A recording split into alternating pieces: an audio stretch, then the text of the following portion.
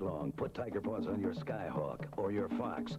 See all the Uniroyal tires from 1788 at Mark C. Bloom. You can't choose the right tire if you don't have a choice. Mark C. Bloom. Elvis Week on the 3:30 movie starts Monday.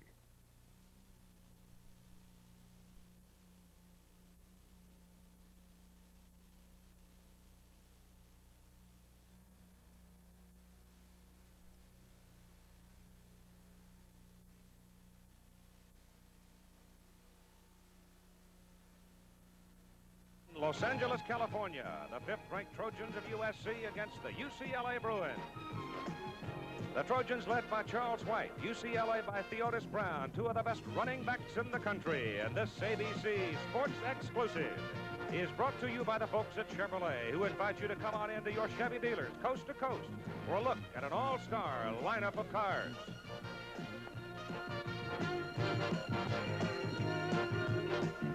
And by Light Beer, everything you always wanted in a beer and less.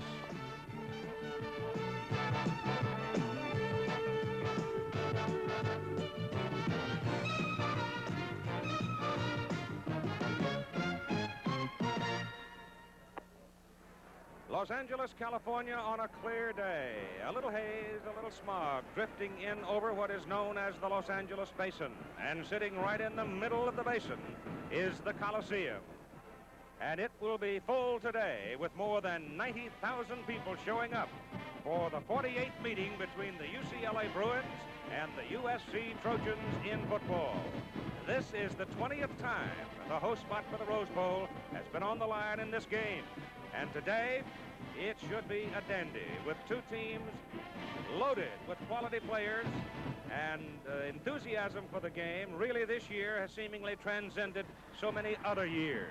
As you look at the Pac-10 standings, this being the first year there have been 10 teams in this particular conference, you can see only the Bruins and the Trojans sit at the top with one loss. UCLA losing last week to Oregon State, Southern California losing to Arizona State in Tempe. As I said, this is the 48th game. Last year, it was another one of those barn burners going down to the last seconds as Frank Jordan hit the field goal to knock UCLA out of the Rose Bowl. The Trojans have a decided edge in the series record, and today the Trojans come onto the field as the considered favorite. So it is UCLA's opportunity to play spoiler. Hello again, everybody. I'm Keith Jackson. I've lived in Southern California in this community for several years now, and I'm always amazed when I drive about it this time of the year at the fervor that reaches through the ranks of this massive population. As many of you know, some 16, 17 million people live within a couple of hours' drive of this Coliseum. But most of them are pretty much consumed today with this particular ball game because I guess, one, they have quality teams, and two, every year it seems it comes down to this particular ball game to have an influence on which team plays in the Rose Bowl. We're going to have the UCLA Bruin Band, the solid gold sound, presenting our national anthem out on a sun-swept field this afternoon, but that's a little bit deceptive because the field is very soggy and soft. It rained here last week when USC played Washington in a key ball game in the Pac-10 standings, and then the Los Angeles Rams and the Pittsburgh Steelers played here on Sunday night, and they literally tore up the natural turf on the Coliseum floor. They've worked on it all week long, and it's pretty well dried out. The temperature today is 72 degrees, but it is still very soft. And as the teams warmed up, you could see them leaving the marks all over the field. So some of the speed may be whittled today by the soft going. But nonetheless, the Coliseum is going to be full of feverish folks because they have come by the almost 100,000 of them to watch. Now let's have our national anthem.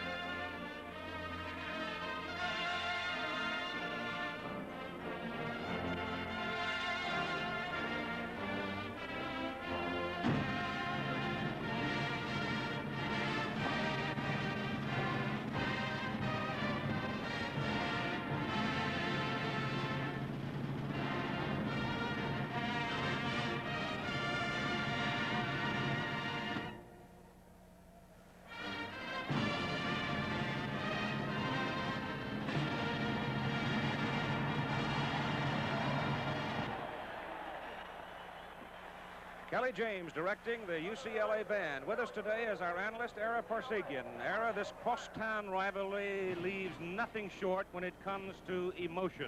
Well, you can throw the, you can throw the record books out when it comes to emotion in this ball game. They're going to be both at a high pitch. But psychologically, Southern California is coming off of 4 good weeks of football. Their confidence is going to be high. On the other side of the coin, UCLA is coming off of a disappointing 2-point loss to Oregon State. They've been scorched in the newspapers here. But they've only lost the battle, not the war. They can win the conference championship, and they can also go get the Rose Bowl bid by winning this football game. So it's going to be one real barn burner. He's just getting over the flu, folks. I don't want to get too close to him. That's why he's a bit raspy. There is one word that reaches through the ranks of both of these teams, in fact, is a staple factor for both of these teams. It's called running. Well, both teams are blessed with outstanding runners. Charles White for the Southern California Trojans, and of course, Theodis Brown for the Bruins. They're entirely different types, with Brown being 220-pounder and Charles White only 183-pounder. He's 5'11", and the thing that's amazing about him is his durability.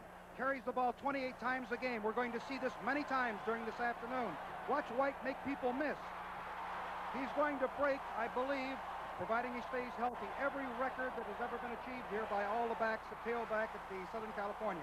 Here's Theodis Brown, 6'2", 220. He believes in that adage that the shortest distance between 2 points is a straight line as he rambles 74 yards straight down the field. He has been hampered by injuries. He's got a pinched nerve in his neck. It is questionable as to how much action and how durable it will be this afternoon. On the passing game, the UCLA quarterback Rick Bayshore, coming off an 0-for-10 outing in the loss at Oregon State. He has not had a particularly good year, but the youngster did go 11-for-18 in that thriller last year. But USC's passing game is in very good hands. A left-hander, Paul McDonald. He's impressed me with his coolness. We've seen him 2 or 3 times this year. Here he is rolling out to his left. He's very, very cool under pressure. Here he lost the ball to Kevin Williams. One thing that's very impressive about him, in his last 84 throws, he has not had an interception, and he has completed 67% of his passes in the last 4 ball games. He is a good one, and he could very well be the difference. He's thrown 14 touchdown passes and could very well be the difference in this ball game. The Trojans have already come into the stadium, and now the Bruins making their entrance. The Bruins 8-2. Their losses by 4 points to Kansas on the road, and losing by 2 points at Corvallis to Oregon State. It's a pretty tough conference out in this neck of the woods, and if you're going to stay up and win them all, you literally have to be up for every ball game. Terry Donahue, the head coach of the Bruins. John Robinson's Trojans, on the other hand, have had this kind of a season record. We saw them earlier this year against Alabama when they looked like world beaters, but then they lost all of their centers in the ball game against Arizona State, and the Sun Devils whipped them roundly over at Tempe. But they had a big outing last week as they defeated the Washington Huskies, which brought about this showdown today between the Bruins and the Trojans for the Rose Bowl spot. Coach Donahue. This is it. This is it, America, the new Chevrolet. America, if you're looking for a full-size car that goes easy on the gas. This is it. And easy on the road. This is it. A car with all kinds of room inside. This is it. The new Chevrolet, a new generation car bought and embraced by more than 1 million people in its first 2 years. Caprice and Impala for 1979. This is it, America, the new Chevrolet. How did I get my men to smoke a pipe? I told Ted that the color of the bowl made an exciting contrast to the steely blue of his eyes. And Michael, he was easy. Smoking a pipe makes you look mysterious, I said. And then there was Steve. So sensible. I told him I'd rather see you smoke a pipe. He had to agree. And then to each I gave a Dr. Grabo, the pre-smoked pipe. They all loved them. My men are so smart.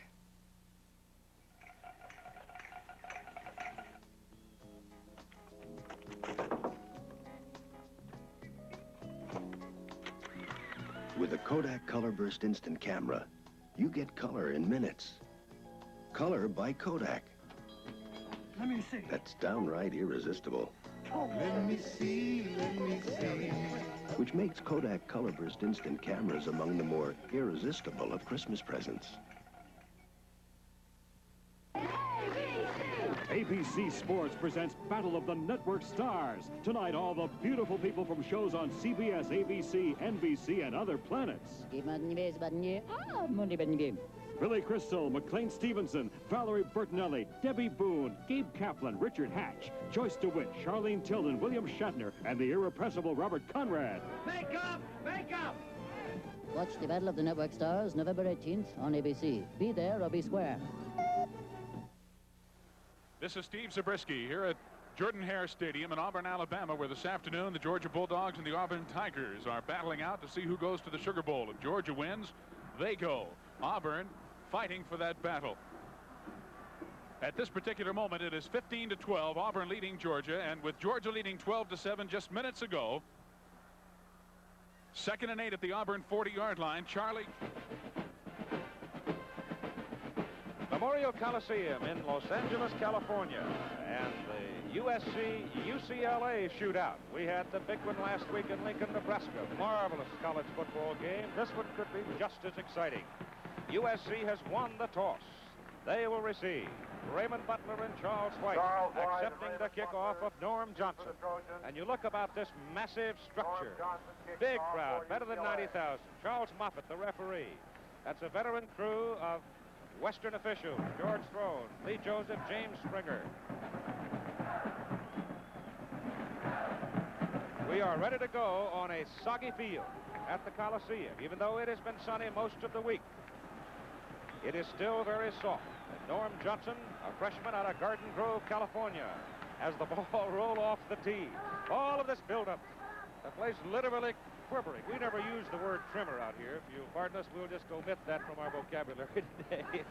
But the fever was building up, and all of a sudden, a confounded ball rolled off the tee. I won't change the emotion, no, Keith. Here it is. Here goes the kick by Johnson. It's a low sailor, and it's out of bounds. It's out of bounds. And it's going to cost UCLA 5. The man that USC wants to get his hands on that ball to bring it back, of course, is Charles White. As they come back to re-tee it and kick it off again, it's Paul McDonald out of Covina, California at quarterback. Charles White out of San Fernando is the tailback. Lynn Cade out of Los Angeles, the fullback. And Kevin Williams, the flanker from San Fernando. Calvin Sweeney, wide receiver out of Riverside. And we'll re-kick it now as USC wearing the darker colored shirts as you look at them, or the red, as some of you may see it, or the scarlet, depending on how well your television set is tuned. It'll be Raymond Butler on the bottom of your picture and Charles White on the top of the picture. And here we go again as Johnson this time will kick off from the 35. He slips as he kicks it. It's a very short kick and fielded well downfield. And USC gets the ball. First down at the 37-yard line.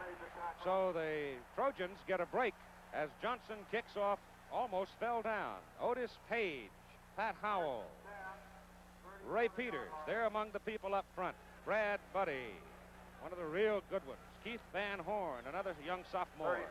James Hunter opening at tight end for USC, though Rakshani will be in there. In fact, he is in there right now at tight end. Now he goes in motion.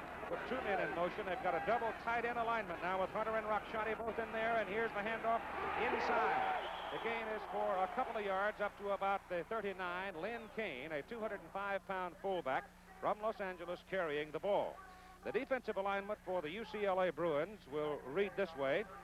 Looking into the trenches for the big guys, Billy Don Jackson, Manu Tuiasosopo, and Don Hopwood. But those linebackers will come up and make it more than a three-man front. Muro, Robinson, Clemens, and Walker. And the secondary, Johnny Lynn, Bobby Hosea, Mike Molino, and Kenny Easley, who pretty much freelances in the secondary for the Bruins. It is second down. At 8 yards to go, a little more than 8 yards for USC. Charles White with the ball. Fumble, and USC recovers it.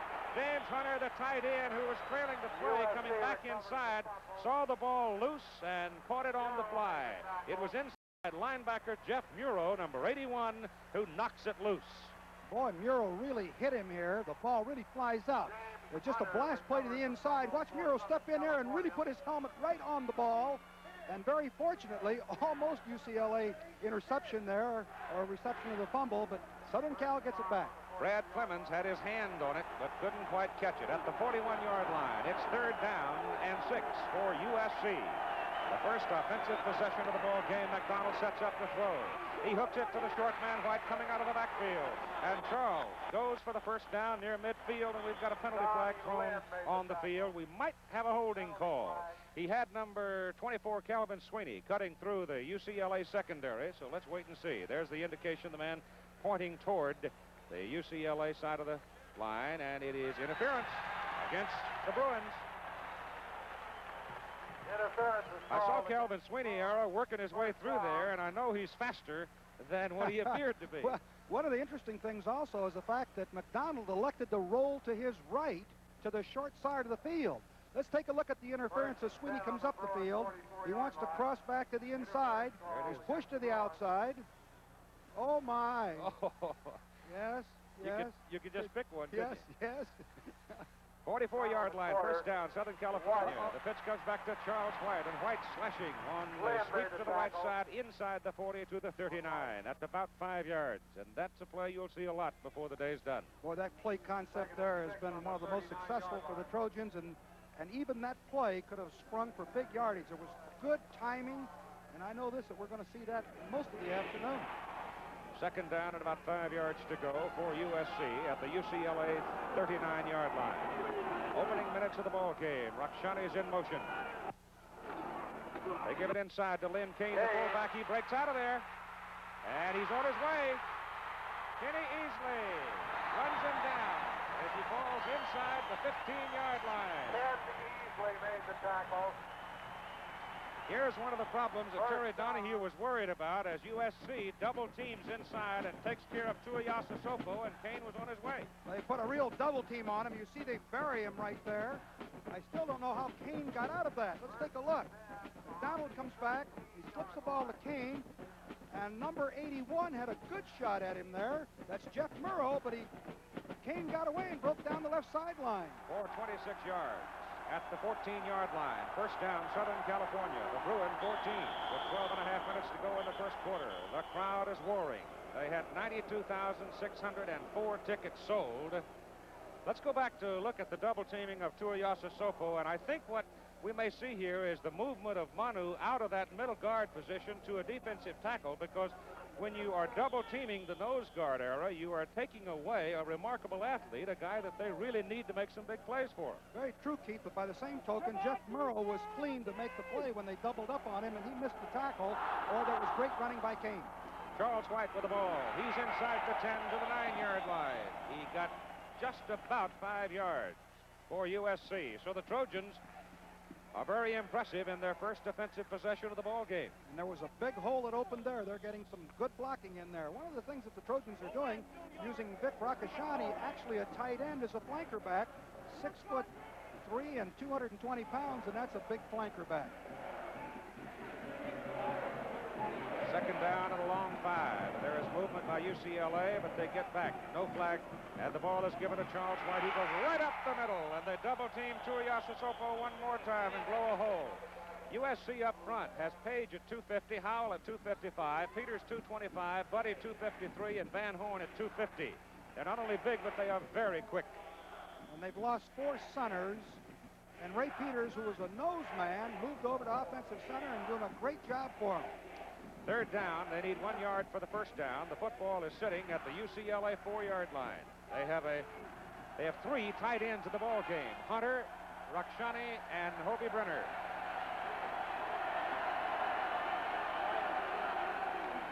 White. Oh, it is touchdown as, nope, didn't call it. He's just out of bounds as the ball was faked beautifully to White. McDonald was out there all by himself, and number 80, Rakshani, was down in the corner and could not come up with it. Great ball handling here. As I looked at White, figuring White gets the ball, he goes down under the stack, and all of a sudden you can see the quarterback's out there all by himself.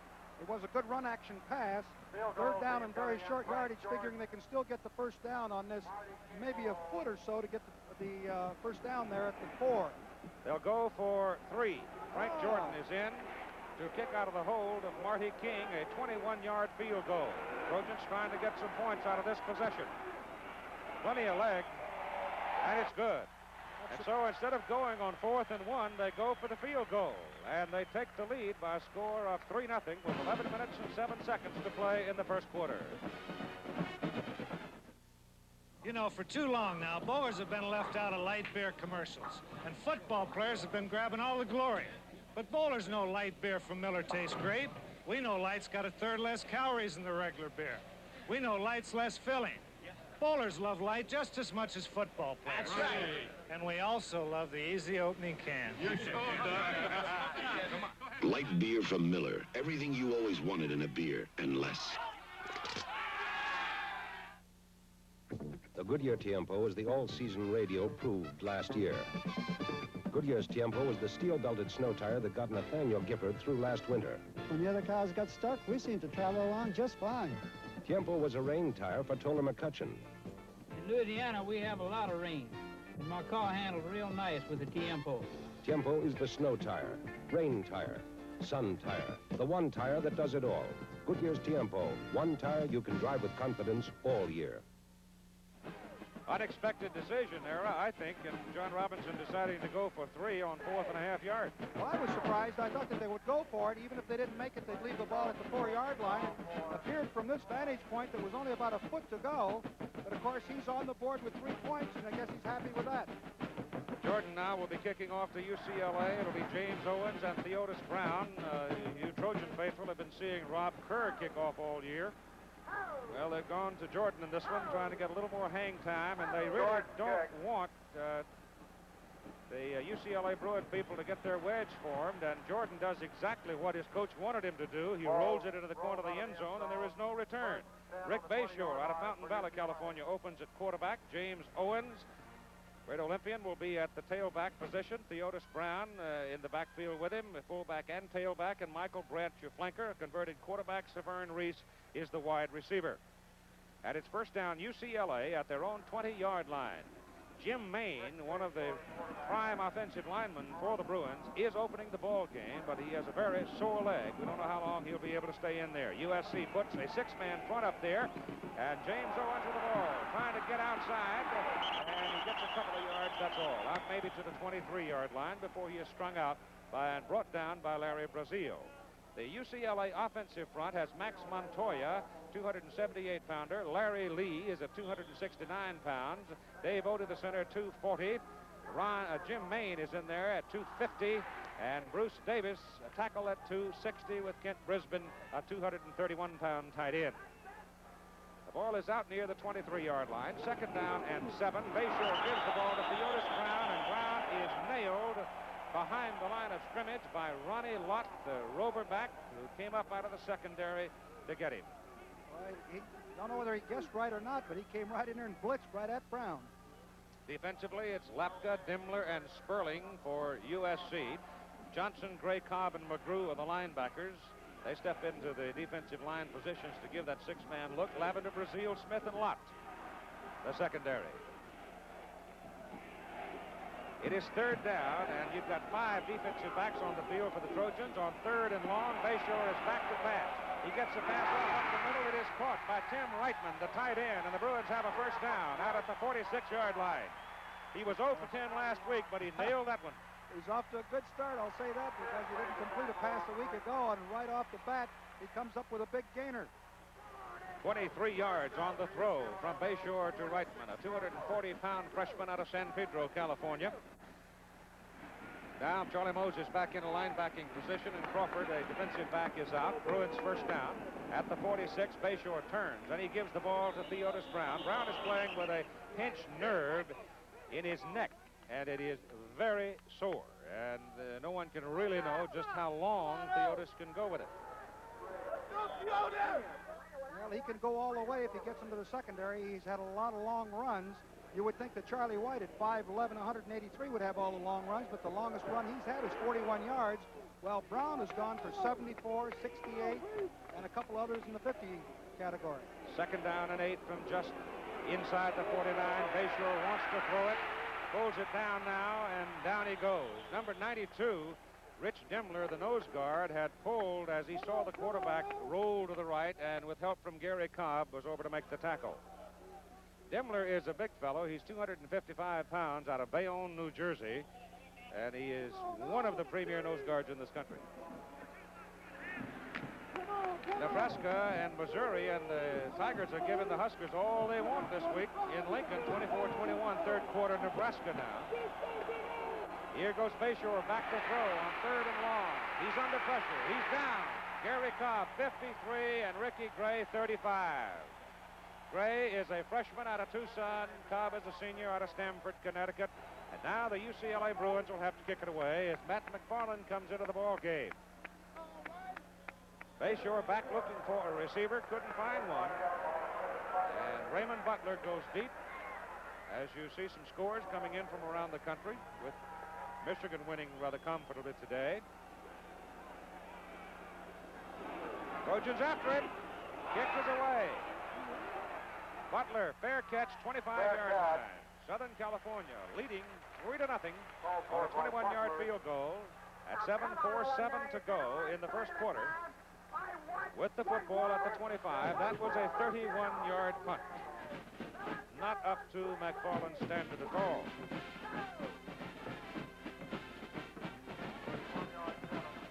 "72 degrees in Los Angeles as we watch the Bruins and Trojans. We'll be back for the first quarter in just a moment. For over 30 years, people have been buying Poland chainsaws. Wouldn't use anything but a Poulan. Poland, Ed. Poland. And for over 30 years, they've been mispronouncing our name. Poulan. So we'd like to remind you that our name is Poland. And for a tough, dependable chainsaw, Poland is the only name you need to remember, no matter how you pronounce it. Poland. We're not exactly alike. I'm wearing JCPenney Plain Pockets jeans, and I'm wearing the world's best-selling jeans. My jeans are made of tough, heavy denim with good looks and great styling. And mine have this fancy stitching on the back pocket. But Plain Pockets only cost you $10. JCPenney Plain Pockets. The big difference between us and them is the pocket and the price. I'll buy lunch. Football excitement is just the beginning in the Pacific 10 Conference. Last year, Pac-10 members won 5 NCAA championships, a feat no other conference in the country has ever matched. Routine for the Pac-10, which has won at least 5 NCAA team championships 9 different times. Well, this is bold invitation today, and there is a score right there that's going to have a far-reaching impact as Missouri has come back to take the lead over Nebraska, but it's still in the third quarter. And Auburn has jumped out on front of Georgia, game being played at Auburn, and the Tigers are leading the Bulldogs. From the 25, USC's Charles White carries the ball, and I don't think Charlie got back to the line of scrimmage as the blue shirts of the Bruins clobber him at the 24. UCLA with 4 linebackers in there, but those outside backers will go into almost a defensive line position with Ken Walker and Brad Clemens, the outside men. Kevin Williams in at the flanker now, James Hunter, the tight end, and Calvin Sweeney, the wide receivers, double wide to the right for USC on 2nd down 11. McDonald in trouble. Down he goes. It was Mike Molina, the strong safety, blitzing. He audibilized at the line of scrimmage. You saw UCLA was man-on-man out on the wide receivers, but they still couldn't keep the Bruins off of McDonald, and they knocked him down for negative yardage. It was a good call on the part of McDonald's part, but they did not get the protection. A loss of 8 yards, back to the 16-yard line. Notre Dame winning over Georgia Tech 38-21, breaking the Yellow Jackets' 7-game win streak. From the 16, 3rd and a half a mile. They give it inside to Kane. Kane bangs it out to the 21, where he's brought down. So they'll be looking now at the punt. Excellent defensive series for the Bruins. They did a lot of right things. They blitzed at the right time, put a lot of pressure on, and they should get good field position as a result of it. Marty King is in to kick, averaging better than 42 yards. Ken Easley is back to receive the punt. Hangs it up there pretty well, not very long. and easily comes up to make the fair catch. UCLA gets the football in good field position at their own 48-yard line. That was also a 31-yard punt. At 8 Eastern and Pacific, 7 Central Time tonight, the Battle of the Network Stars here on ABC. That's a who's who when you start looking at the roster. The bottom line of the whole thing, it's a lot of fun. So settle back tonight and enjoy it with us. The Battle of the Network Stars at 8 Eastern and Pacific, 7 Central Time. You'll see some athletic feats that you won't believe. First down and 10 for the Bruins from the 48. Bayshore gives it to Theodis Brown, and the Bruins have the football in Southern California territory for the first time as they reach the 49 with it. 5:44 to play. John Robinson on the phone upstairs. One of the strengths of the Trojans this year has been their defense. They've had a great club. They've only given up 101 yards a game and 277 yards totally. So that's been a good improvement over a year ago. Second down and 7. Brandt's in motion. Bayshore gives it to James Owen.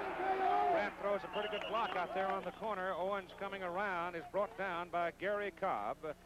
So we'll look at third down for UCLA. The ball is marked close to the Trojan 45. Using a lot of motion with the running backs from a double wing position and faking the ball in the middle, trying to hold the linebackers and trying to get Owens with leverage on the corner. Not a bad idea. Going to the short side also because the Trojans are over-defensing the field. Third down, about 3.5 yards to go for the first down. Bayshore to put it up. Ball is batted down at the line of scrimmage. He had Owens coming out of the backfield. It looked like he might be able to get it to James, but Charlie Moses, a 6'3" linebacker, reached up and batted it away. And so it is fourth down, and the Bruins will have to punt a second time. Yeah, they were in a trips formation that time, and he did have Owens open, but he could not get the ball to him. That's the best pass defense in the world. Butler deep for USC, standing back near his 10. Butler is deep. Trojans coming again. McFarland gets a better kick this time. Fair catch, waved. It takes a UCLA bounce and rolls around, and it's going to be touchdown at about the 10-yard line. And so Matt McFarland hits a knuckleball and stops it on the soft turf down around the 10. That's where the Trojans will have it with 4:29 to go. A poem about deodorants. Roll the roll-on, all sticky and wet. Or spray your underarm. What a fog you'll get. So give me the stick, Old Spice deodorant stick. It goes right to the spot. All wet or foggy, it's not. It guards against odor the whole day long. With Old Spice freshness, you cannot go wrong. So goodbye roll-on, so long spray. Old Spice stick, it's the only way. Deodorant or antiperspirant. Oh, no. Look who's here. Hiya, boys. Here Midas is guaranteeing foreign car mufflers. Mr. Creedy, you don't drive a foreign car. Sister Creedy does. Don't stand there, guys. Midas has. From now on, foreign car owners can take advantage of Midas, too.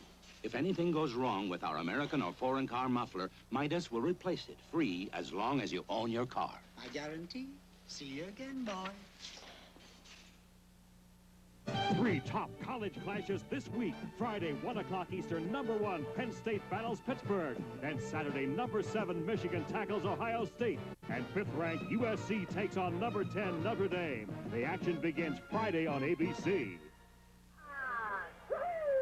The football is sitting at the 10-yard line for USC. Trojans leading by a score of 3-0. Could be a big defensive series right here for the Bruins if they have to gamble and gamble at the right time. Double tight ends in there for USC. The ball is given away to the fullback Kane, and Kane runs it out across the 15 to the 16. He got the better part of 6 yards on the carry, and again had good blocking on the left side behind Ray Peters, the center, and Pat Howell, the left guard. You see, Ohio State defeated Indiana today, but it wasn't easy, was it? Ooh. And Michigan rolled along over Purdue today to set up the Ohio State-Michigan game next week, which you'll see here on ABC for the Big Ten representative in the Rose Bowl. McDonald pitches the ball to Charles White. Oh, it's a first down. Tremendous block thrown in there by Lynn Kane, the fullback. He spun around and came across the corner, and John Robinson says he's one of the best fullbacks he's ever had. Here's Tuiasosopo warding off Peters. The blocker trying to block him singly. Comes down the line of scrimmage pursuing, avoiding tripping over anyone, which takes a lot of agility, and he's the guy that gets Charles White. Great piece of defensive work. It is first down, USC at the 24-yard line as they get out in a little better field position now. McDonald to Kane. And Kane gets 3 yards all by himself. Jeff Muro and Johnny Lynn, the tackle for the Bruins. Kane now has carried 5 times for 41 yards. I've been impressed with Kane. I looked at some film on Thursday, and I'll tell you what, he's a good blocker. He does a good job for Charles White, and this is very important in the scheme of offense that the Trojans use. Mark Tuinei, extra tackle, is in there now against Southern California for the Bruins on 2nd down and 7. Charles White with it. Nothing fancy about it. He goes up to the 35. He's just a little short of the first down. We'll see. It'll be close. They may have to measure. White now has gained 32 yards on 7 carries. The change will come in. Well, as I mentioned, this is bowl day. Invitations are legal as of 6 o'clock tonight. And you saw that Nebraska was trailing Missouri in the 3rd quarter, and Georgia was trailing Auburn in the 3rd quarter. But Ohio State and Michigan both won their games in Big Ten play today. You can imagine the scramble that's going on right now with all the committee members making these decisions. It's going to be a tough day for those guys. We'll follow the story as we work our way through the afternoon to try to help keep you defined in what's going on as we document the scores from around the country. You saw it was a first down for USC. The ball is just at the 35 of the Trojans with 2 minutes and 55 seconds to play in the first quarter.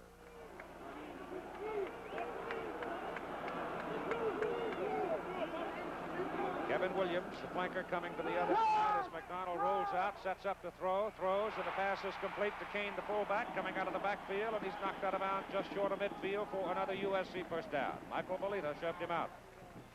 Hey, that McDonald is cool. I'm very much impressed with him. He comes out and doesn't seem to get rattled.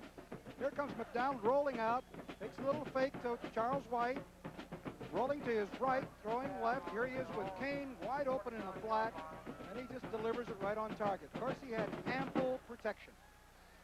At the 49-yard line, first down, USC. Williams in motion. Ball given right up the middle. The old blast as White goes thundering through there, and he runs into a fellow named Jerry Robinson, inside linebacker, UCLA, who almost certainly is going to be a 3-time All-American. Super football player, the #1 tackler on the Bruins ball club, and a great player for 3 years. He's as good a football player as I've ever seen. Well, you never saw me play, Keith.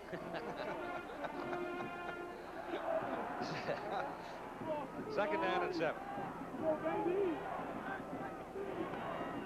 Kane, fullback.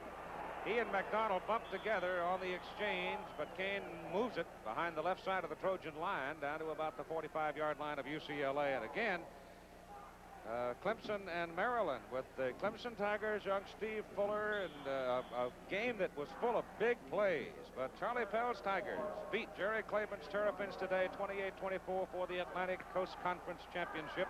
Both those teams could wind up in a bowl. Big win today for the Tigers over a very good team. Third down and 4. Williams started one way, then came back the other, and now he's open, and if I can't quite hold the handle as he runs out of bounds. Cute little maneuver. Williams started cross field. The secondary of the Bruins rotated up, and Williams turned around, came back this way, was wide open in the flat, but unfortunately he dropped the ball. And it brings up a 4th down, and Marty King is on the field to punt. He had a 31-yarder his first time. Kenny Easley is deep for UCLA. Spirals it into the end zone. And so UCLA will get the ball first down at the 20 on a 45-yard punt by Marty King. And ABC's Monday Night Football has a dandy for you. The Miami Dolphins and the Houston Oilers. It comes out of Houston at 9 Eastern, 8 Central, and 6 Pacific time. Miami 8-3, Houston 7-4. The Oilers we've already seen tend to jack themselves up when they get a chance at some of the big boys, so that should be a lot of fun. Trojans lead by a score of 3-0 on a field goal by Frank Jordan with 1:15 to go in the first quarter.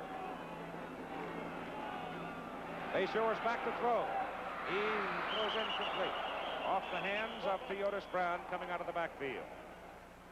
Throwing into the strong suit of the Trojans, they've picked off 21 balls, but by the same token, UCLA has had a great defensive secondary record in interceptions. They've had 22. The last time we saw UCLA, in fact, both times that we saw UCLA this year, the defense really won the ball game for them in Washington in the opening game of the season in that rainstorm we had there. And then against California, really, it was the defense that blew that one wide open. Freeman McNeil is now in the backfield. Theodis Brown is out of there. McNeil has the ball, and he gets shot down pretty well up around the 21-yard line. Hit hard by Dennis Smith, a sophomore safety for Southern California. I think you're exactly right. I think if the Bruins are to win this football game, the defense is going to have to play exceptionally well. And as you look at the turnovers and takeaways, the Bruins are plus 18 in the takeaway category. That's fumbles and interceptions. And that is a big figure. You can see just a little bit less than a minute to play in the first quarter. Time is out on the field. Right now, let's join Steve Zabriskie for an update on what's happening between Auburn and Georgia. This is Steve Zabriskie at Auburn, Alabama, where the Auburn Tigers are in the process of perhaps upsetting the Georgia Bulldogs and Georgia's opportunity to go to the Sugar Bowl. It is 22-15. Auburn is leading. We have 8 minutes and 20 seconds remaining in the game, but Georgia, you see in white, is threatening. They have a 2nd down and 7. They are at the Auburn 11-yard line, and that... All right, we're back here in Los Angeles at the Coliseum. The clock running, 40 seconds to go. The handoff given to James Owens. And Owens circling out of the backfield gets to the 25, and that'll do it.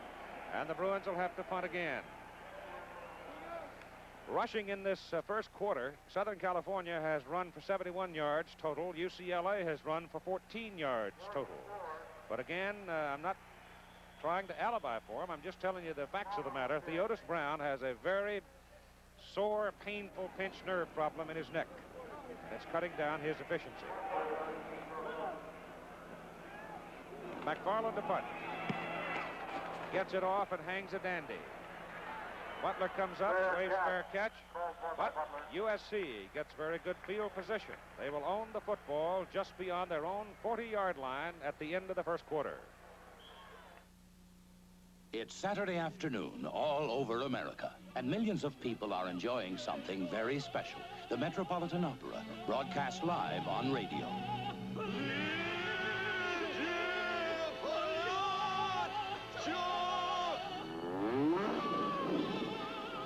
For 39 years, Texaco has been proud to bring you radio broadcasts live from the Metropolitan Opera, helping make it America's only national opera company. You don't need a haircut, Mr. Reed. You need Brill Cream. Brill Cream? Sure. Your hair is short enough, but it's a mess. It sure is. Brill Cream, so concentrated, just a little dab keeps my hair healthy looking and in control all day. Watch. Without Brill Cream, hair's out of control. With Brill Cream, hair stays in control. Try a little dab. See? Terrific, huh? You're right. With Brill Cream, a little dab will do you. Uh-oh. Found some more damage hiding way back under there. Gonna cost you more. Oh, boy. And the insurance is settled. I guess I got stuck. Not with Allstate. Oh, yeah? That kind of hidden damage gets you a new settlement. Fair is fair. I'll check it out. And Allstate believes that's the only way to settle a claim. Well? We'll pay for it. Well. When it comes to claims, Allstate wants to be fair. And that's a promise from us, the good hands people. Way beyond their own 40-yard line at the end of the first quarter. It's Saturday afternoon all over America, and millions of people are enjoying something very special. The Metropolitan Opera, broadcast live on radio.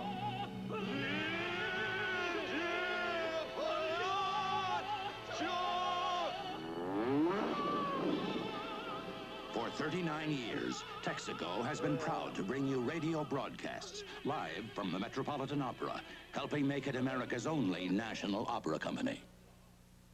You don't need a haircut, Mr. Reed. You need Brill Cream.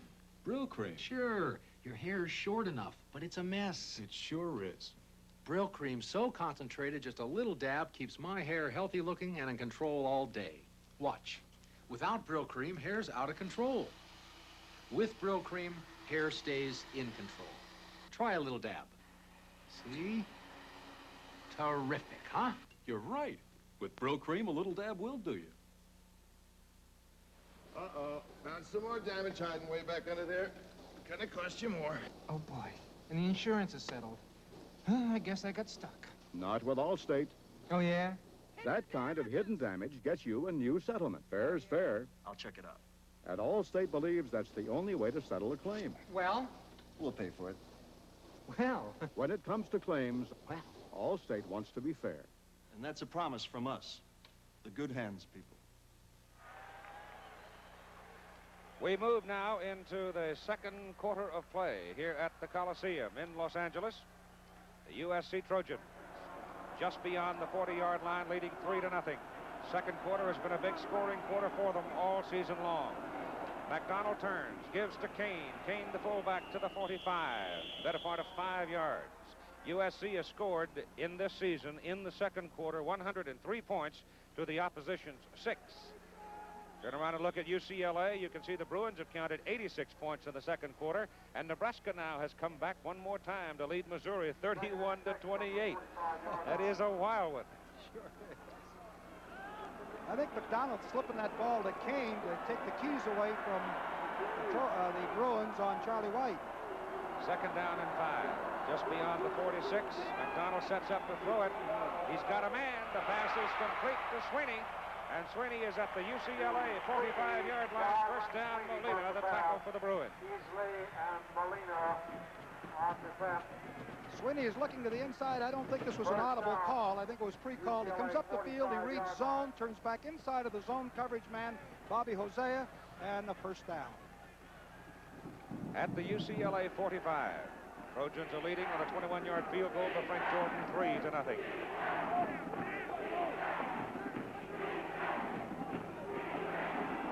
Charles White.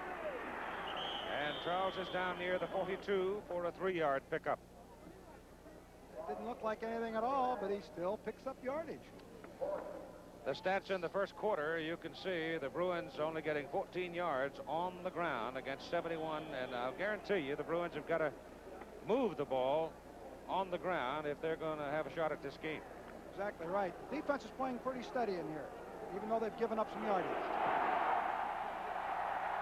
Second down, long 7 or short 8. Bakshani in motion for USC. McDonald gets to White. White skips along through the middle in traffic and moves the ball to the Bruin 37. Dwight Ford's in there now. It's Dwight Ford, number 22. Easily hadn't been in there to fill that hole. That could have been a long gainer. Oklahoma pulling away from Oklahoma State 28-7. Ford has come out now, and White's gone back in for USC. It comes up on third down and short now. In case you're wondering what's going on with Penn State, they're not playing today. They're waiting for Pittsburgh on the 24. Third down and about 2.5 yards for the first down. White. He's got it and then some, and the penalty flag goes down as Charles White runs inside the 30 to the 29. Let's check the penalty call. Looks like a holding call. Yep. Trojans. 15 big ones. It'll back them up considerably. Talking about Penn State, that's next Friday at 1 Eastern time as the Lions, looking for their first ever national championship, play the Panthers in Penn State. That's a special edition of NCAA football next Friday at 12:30 Eastern time. Joe Paterno and his football players are sitting, I'm sure, today watching and listening for all the results as they come in, because Paterno and the Lions have to be particularly interested in what's going on in Lincoln, Nebraska, because for a while it looked as if it might well be Penn State, Nebraska, 1-2 in the polls in one of the bowls, the Orange Bowl. But That Missouri bunch giving the Huskers all they want. It's 3rd down, 11 now for Southern California as McDonald goes back to throw. He has the pass deflected, but Rakshani comes up to get it at the 35-yard line. I think it's just short. He's marking the ball of the 1st down. Mark Tuanay was the man, I think, that got his hands on it. You see Rakshani, big guy coming out there. He's tough to handle. He's also using his hands in there pretty good. The ball is sitting at the 35. They need about a foot for a 1st down. On 4th down, will they go for it? In the 1st quarter, they chose not to go for it and took the field goal instead for their 3-0 lead. Now they will go from the UCLA 35, needing a foot for the 1st down. UCLA is going to the goal line defense.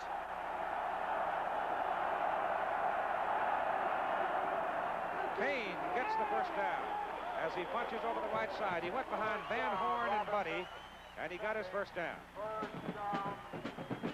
Sometimes it's a gamble to take a chance going into your goal line defense because you're committed to man-to-man coverage, and a guy pops through there, you can go for a big play. But they settled for the 1st down, and it was well blocked.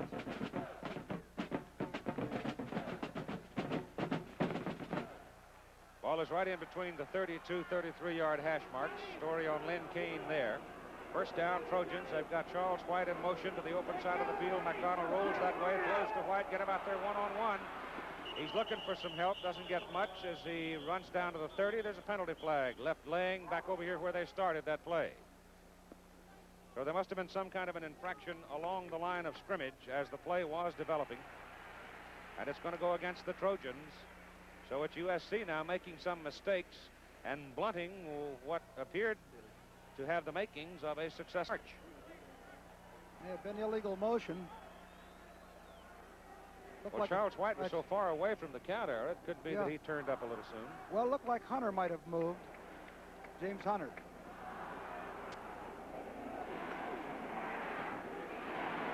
Charles Moffett, the referee, marks it back up at the 38-yard line. Procedure call against USC. It is 1st down and 15 now for the Trojans at the Bruin, or near the Bruin 38. Both teams now with 20 yards and penalties.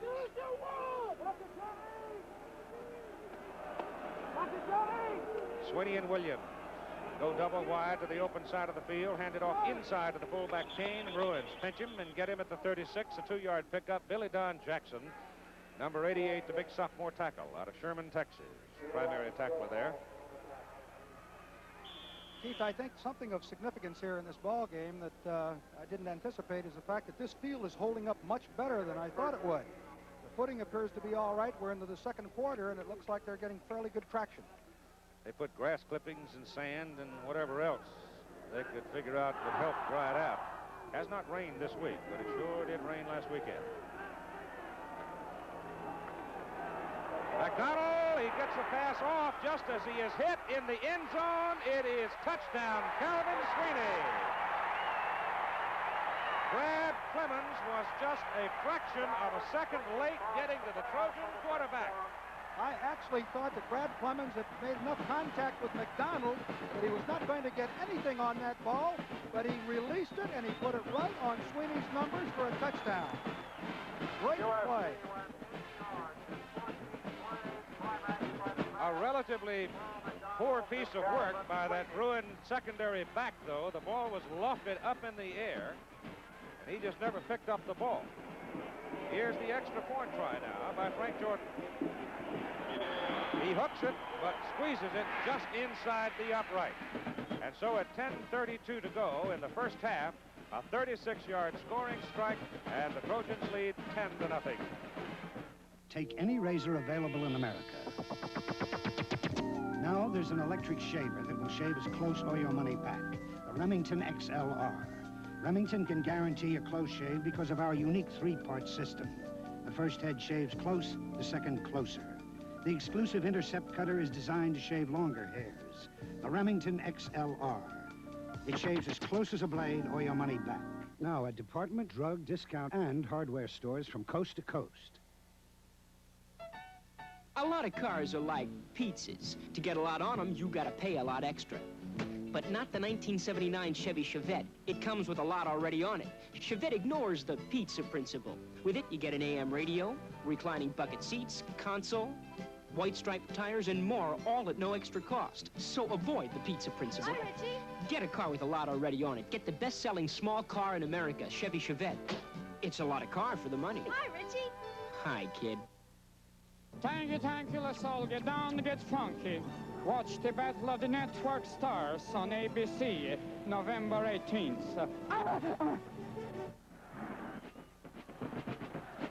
The Los Angeles Coliseum with the Trojans getting a 36-yard scoring pass from Paul McDonald to Kelvin Sweeney.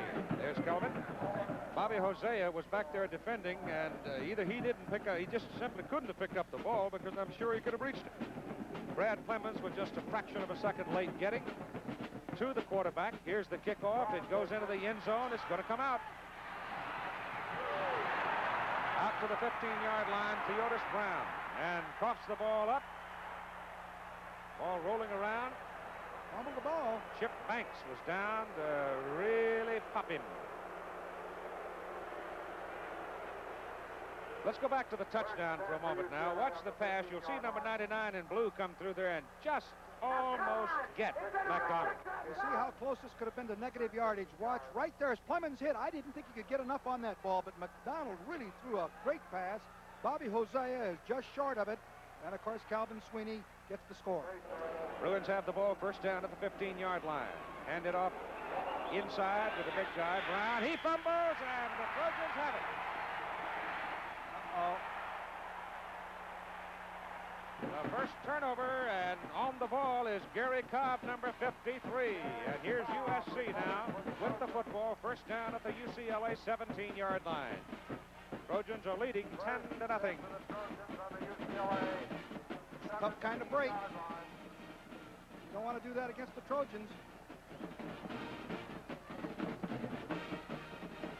Brown loses the ball in the melee along the line of scrimmage. And here's USC in business. Georgia has tied Auburn in the fourth quarter, 22-22.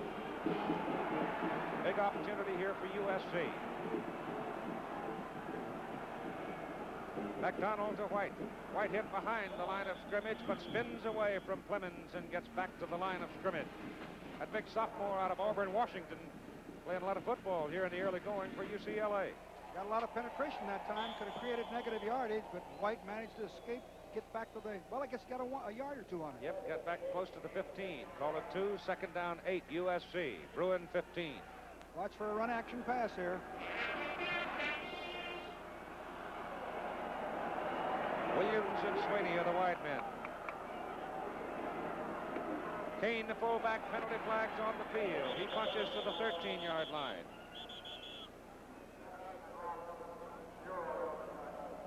Looked like he called it a line of scrimmage play, either motion or offside. Well, Trojans continuing to make little mistakes up along the line of scrimmage, and it's expensive for them. That's going to cost them 5. You know the Bruins are going to take it and back them up 5, even though it'll give them that extra down. You have 9 minutes and 41 seconds to play in the first half. USC on top, 10-0.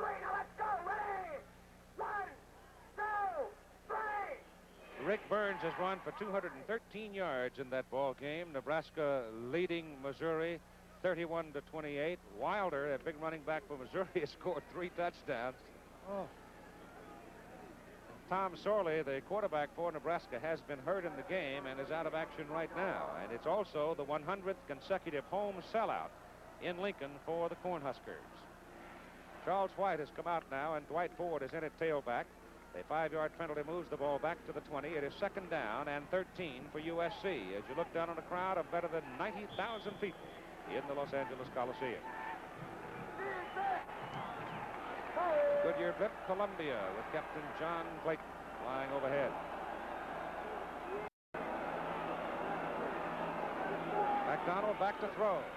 He throws short to the back coming out of the backfield. Dwight Ford. Ford inside the 15, down close to the 13, maybe the 12-yard line. He had Sweeney and Williams, with Sweeney going toward the right corner and Williams to the left corner, but didn't want to risk it. He took the sure route and got pretty good yardage out of it. It appears that the motion and the changing of formations by Southern California is creating problems for the secondary of UCLA. They're making a lot of moves back there, and when that happens, it creates a lot of thinking that you should be thinking about settling into position and playing football, but they're trying to determine where they have to go. Third down, a little better than 5 yards, just short of the Bruin 12-yard line as McDonald gives the ball away to Lynn Kane, and Kane running hard inside the 5 to the 4. It's first down, USC.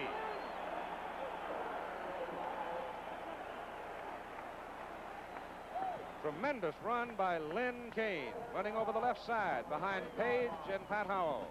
A little delayed draw in there, and he came back to the left side.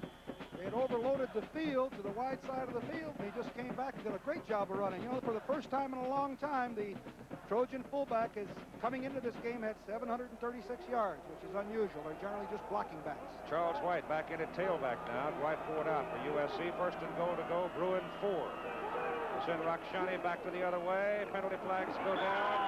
White dives into the end zone, but hold on. There is a penalty flag that came out of referee Charlie Moffitt's pocket. Procedure, USC. Touchdown doesn't count. Program a special exclusive of ABC Sports. Let's pause 5 seconds to allow our local stations to identify themselves. Channel 7, KABC TV, Los Angeles. John Robinson, Trojan coach, obviously unsettled by these circumstances. It is the third procedure penalty against USC. Their total penalties now 4 for 30 yards. The ball is moved back near the 9, where it's first and goal to go. Looked like Williams might have been moving towards the line of scrimmage just before the snap. Concentration. Very important here. Rakshani, same kind of a play. Give it instead to Kane, the fullback, and he's down to about the 6. It'll bring up second down and goal to go. I don't know how it is down on the field area, but I know it's pretty noisy sitting up here with 92,000 plus people just taking a deep breath makes some noise. I think it's the first time I've ever seen the Coliseum this filled. There isn't an empty seat in the place. Unbelievable. What a sight. At the 6. Second down, goal to go.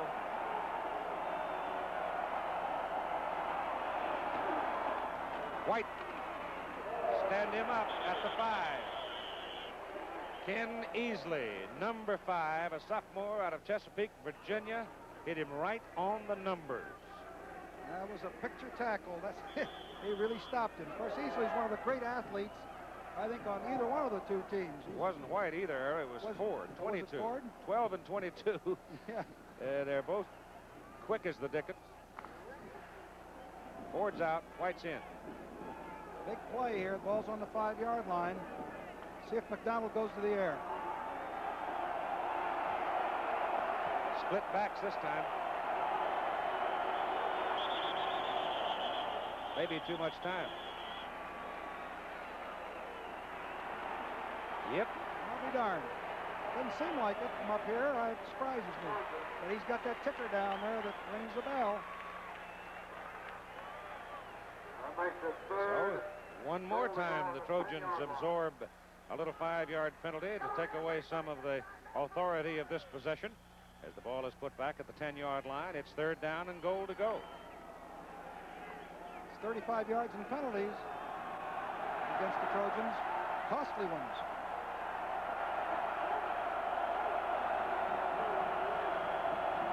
White in motion. This time Paul wants to put it up. Goes. Oh, touchdown. Great catch by Kevin Williams. Kevin Williams caught the pass.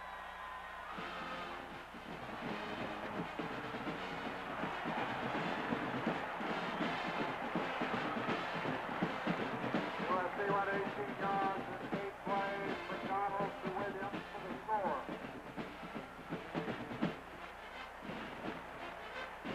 Jordan will kick. King will hold. Little Kevin Williams got away from Ken Easley. McDonald drilled it. He came up with a great catch. Frank Jordan's extra point try is good. And so at 7:36 to go in the first half, Southern California marches out to a 17-0 lead, and watch this catch. They got one-on-one. They went to man coverage, was trying to blitz McDonald. Williams, you see, easily is trailing him. He's lost him. And here he comes with a diving touchdown catch. Look at this. Kevin Beautiful. Williams has caught 14 passes this year, 9 touchdowns. Oh, no! My blind date's early. Whew. You sure didn't spend any time getting dressed. Linda, tell him I'll be there in a minute. Maybe he'd look better in Hager's slacks. Or Hager's sport coat and slacks. He could even afford a Hager vested suit. And that's a look I can't afford to pass up. Oh. Hi. Susan? Close enough. For me? Hager, because looking good makes you feel good. Ready or not, here I come. The car can do a lap in 60 seconds. You can do the car in 19.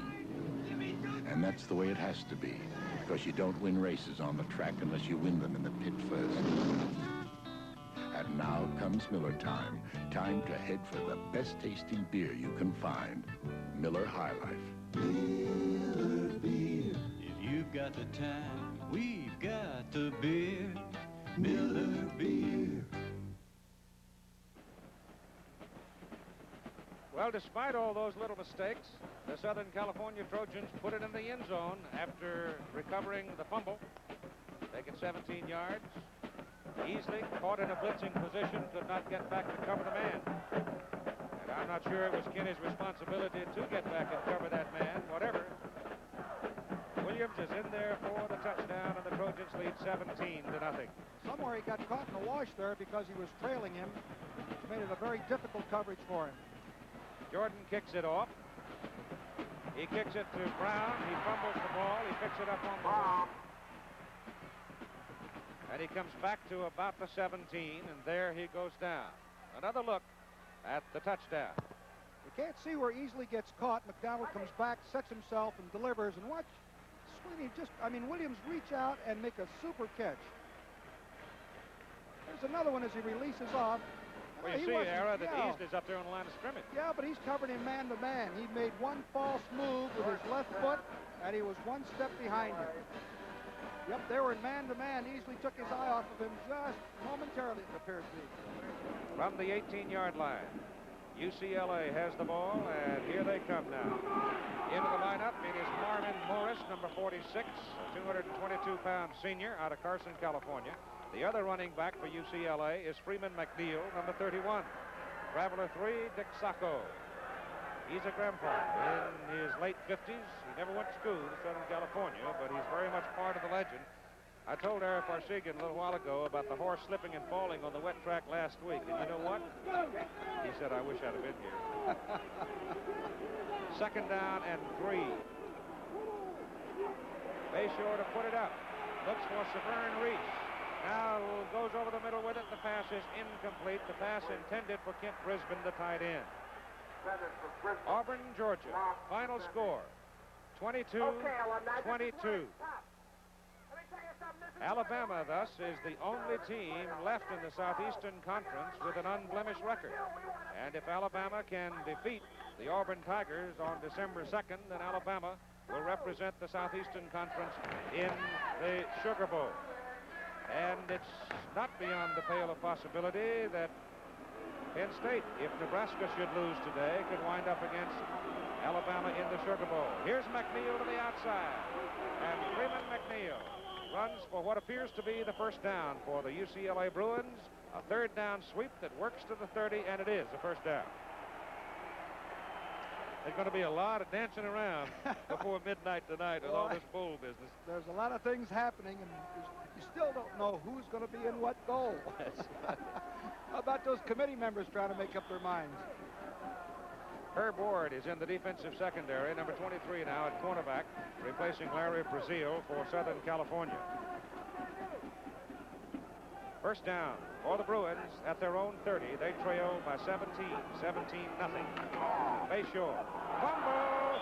Bayshore coming back with the ball on the handoff, seemed to lose his footing for a moment, and at the same time the soft footing seemed to affect Freeman McNeil a little bit, and between the two of them they laid it on the ground. Exactly right. The timing was off because he did slip on that play, and Bayshore could not get him the ball. Fortunately, they recovered. Next Saturday, doubleheader time. Michigan, Ohio State, 12:30 Eastern. That one decides the Big Ten rep in the Rose Bowl. Notre Dame in Southern California, right here, same place. Getting to drive to work 2 weeks in a row is a weird experience. Second down, 14, Bayshore. Pass over the middle. Pass is complete to Brisbane. Brisbane out for a Bruin. First down at the 46-yard line. Well, you know, I came into this stadium and led Southern California by 17 points and also 24 points, so this game isn't over. Here he comes straight up the field, and he gets into the seam between the two zone coverage men, and Bayshore is back on target this ball game after a very poor 0-10 passing performance a week ago at the Oregon State game. First down for the Bruins. The football is at their own 46. Bayshore gives the ball to McNeil. Freeman breaks it big. Caught by Herb Ward and brought down at the Southern California 39-yard line. I don't think there's any question but what Terry Donahue is going to have to play this young man, Freeman McNeil, a lot today because of the pinched nerve problem of Theodis Brown. But McNeil is going to become a very prominent man in the years to come for these Bruins. Well, they went back to the things they know best, which is the running game and from the veer. And the shortest distance between the point that they're looking for is a straight line, and that's what he did there. McNeil, 208-pound sophomore, and he has the ball again. And on first down from the 39, he rams it down to the 36. Dennis Smith brings him down. He was averaging, Freeman McNeil was averaging 5.4 coming into this ball game on 343 yards. So he's had a good year. James Owens is in now. McNeil is out. Marvin Morris stays in there at that blocking back position. He's a former defensive lineman.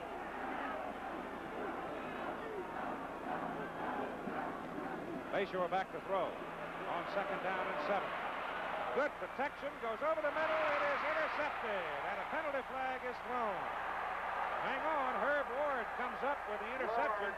Every time I go see Ward play a football game, he intercepts somebody, and he went up with a great play that time. See what the call is, Keith. Offensive interference. Severn Reese comes down and curls over the middle. He's awful deep. Could not see where the interference was. But you can see the interception there by Herb Ward. Here's another look at it. Just rolls out to the right, Bayshore does. He's got two receivers on the back side. He's trying to get the ball to Severn Reese. There's plenty of time here. There's Severn. He threw the ball. What would have been right there, but Ward stepped inside and picked it off. At 4:41 to play first half, Southern California stops the Bruins. They get the ball first down at their own 13. They lead 17-0.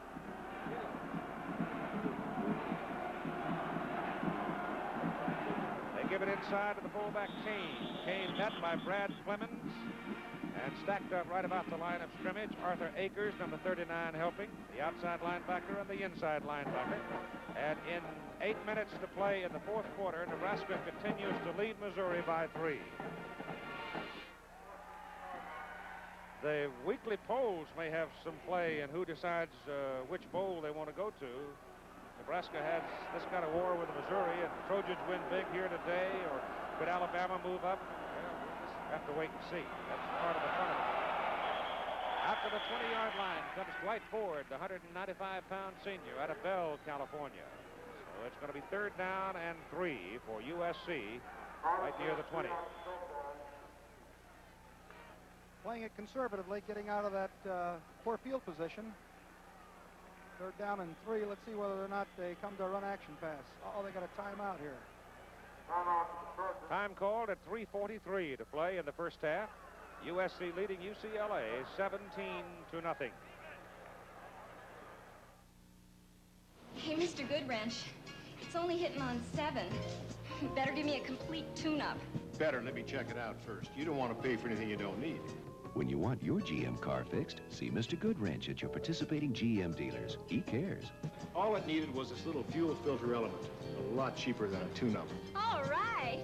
Keep that great GM feeling. With Mr. Goodwrench. My man. And genuine GM parts. Down in Texas, we have a saying. It's not the size of the dog in the fight. It's the size of the fight in the dog. So when you see this little Black & Decker 5.5-inch circular saw in your store, don't be fooled. It's smaller and lighter than other saws, so you can handle it easily. But inside, it's pure teeth. The 5.5 from Black & Decker. Small, light, and very tough. High school football is often the center of school spirit and even the focus of community interest. The National Federation of State High School Associations realizes this and thanks the thousands of coaches, officials, and administrators who make the programs possible. School activities are the other half of education. The Los Angeles Coliseum with better than 90,000 people in it. 3:43 to go in the first half. USC controlling the football game 17-0. Have the ball. 3rd down 3 from just short of their 20-yard line. Georgia and Auburn have played a 22-22 tie today. Big game in the Southeastern Conference. Rakshani is in motion, and the handoff goes to the tailback, and it's short of the first down. Dwight Ford gets it out just beyond the 21. He had to go to the 23. That'll bring up 4th down and surely a kicking down. Marty King is way behind his average. He's been coming into the ball game. He was averaging 42.5, but he's in the 31 to 33 category. Marty King, the punt. Bruins are coming, gets it away. Might be a little room here for Ken Easley. Nope. Trojans down in a hurry. Shirt tail him at the 40-yard line, dragged out of bounds. Some of the other scores from around the country now. Oklahoma 35-7 over Oklahoma State. Michigan beating Purdue 24-6 to set up another Michigan-Ohio State shootout. There's that 22-22 tie in the Southeastern Conference, leaving Alabama the only team down there with an unblemished record. Texas rolling over TCU at halftime.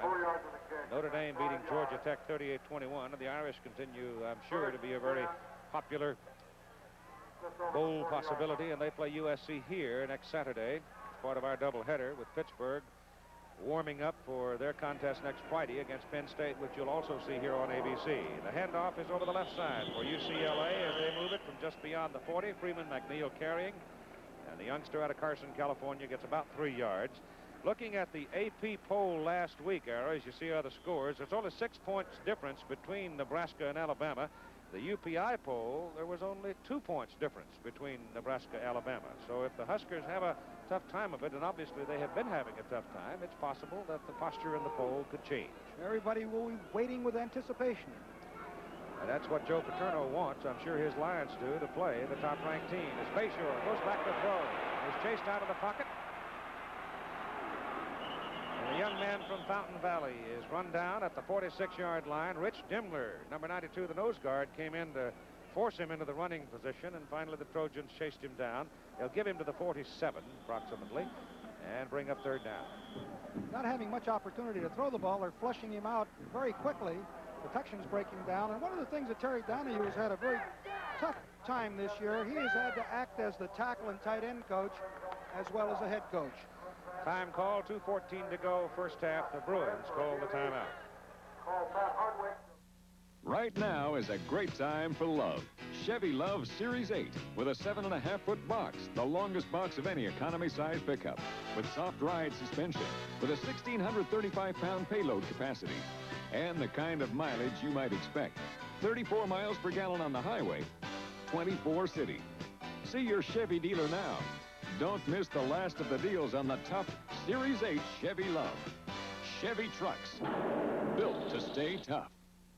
Do you know me? Even though I wrote a best-selling book on running, with most people I need something to jog their memory. So I carry the American Express card. It's the only card with hundreds of travel offices all around the world to help you if you're lost, need traveler's checks, or emergency money. It's nice to know that if you ever run into trouble, you've got a place to run into.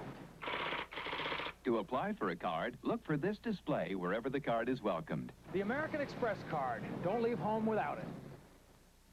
3 top college clashes this week. Friday, 1 o'clock Eastern, number 1, Penn State battles Pittsburgh. And Saturday, number 7, Michigan tackles Ohio State. And 5th-ranked USC takes on number 10, Notre Dame. The action begins Friday on ABC. UCLA Bruins, third down. They need the better part of 4 yards for a first down at their own 47. They're trailing 17-0. Rick Bayshore gives on a delay to Freeman McNeil. He's got his first down and then some. A big, strong sophomore goes all the way to the Southern California 43-yard line. Marvin Morris, who's in that backfield with him, threw a big block to get him turned upfield.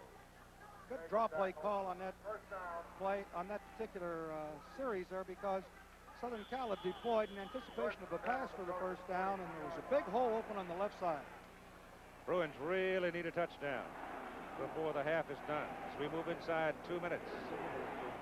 First down at the Trojan 43. Blitz is on. Good blocking for Bayshore. Passes away. Pass is incomplete. The pass intended for Michael Grant. Defending on the play, Herb Ward. Well, they just don't, I don't believe that UCLA has the flank speed in their receivers. And this is also contributes probably to Rick Bayshore's low percentage average during the course of the year, although in addition to that, UCLA is not prone to throw the ball that often. Timing on that play was the obvious missing factor, though, because the man was open as he made his cut. The ball was late getting there. Second down and 10.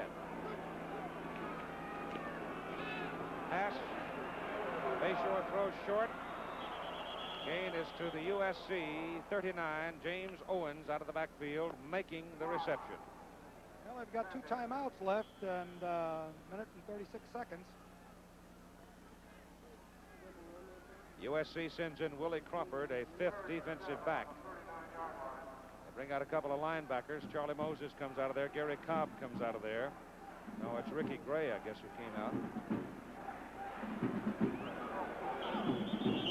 And now Moses goes back in, and the Trojans will have to spend the timeout.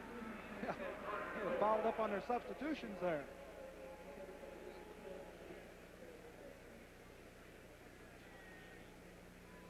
Joe Cribbs in that big ball game between Georgia and Auburn today ran for 250 yards.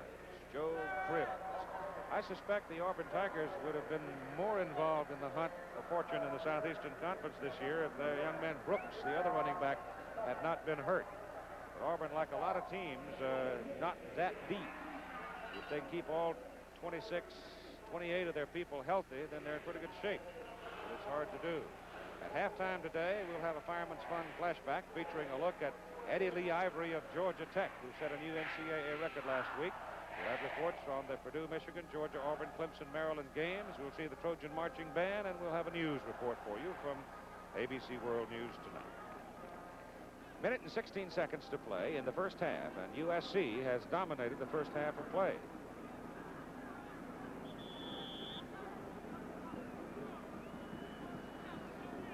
Fourth quarter, Missouri has scored on Nebraska to regain the lead, 35-31. It's third down here between the Bruins and the Trojans. UCLA on third down and 7. Bayshore is under pressure. Cannot get it away. Trojans sack him. Ty Sperling, number 63. Myron Lapka and Rich Demler were coming. It was Demler who got there to put up his arms and shield vision from one side. As he turned the other way, you'll see 63 Sperling get him. You see Bayshore comes back, and he apparently has a lot of time.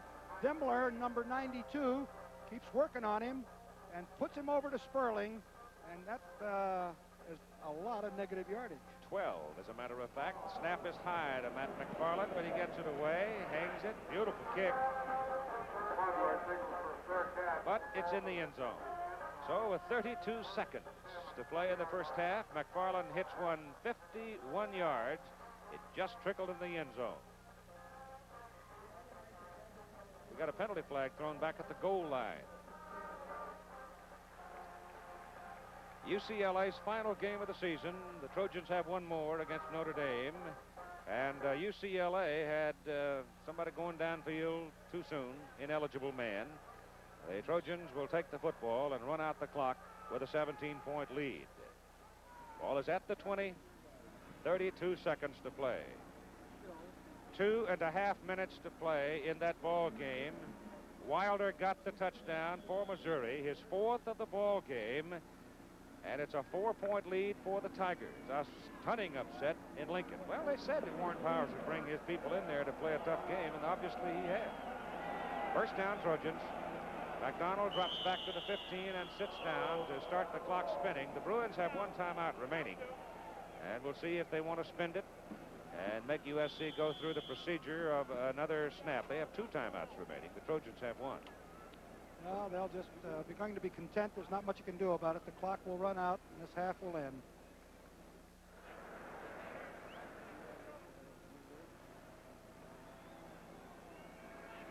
So the clock runs down. The first half is history as Southern California leads at halftime 17-0.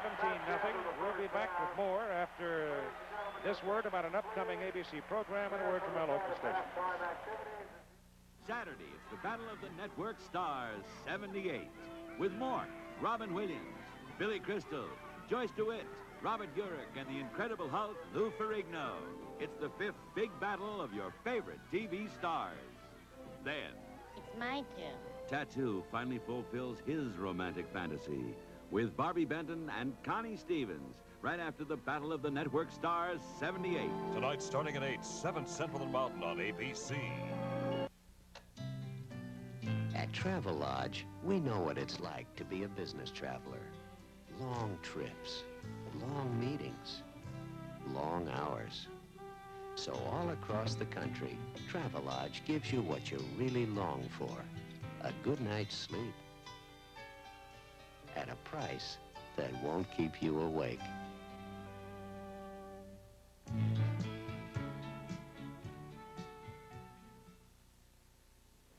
On American Airlines, you get what you pay for.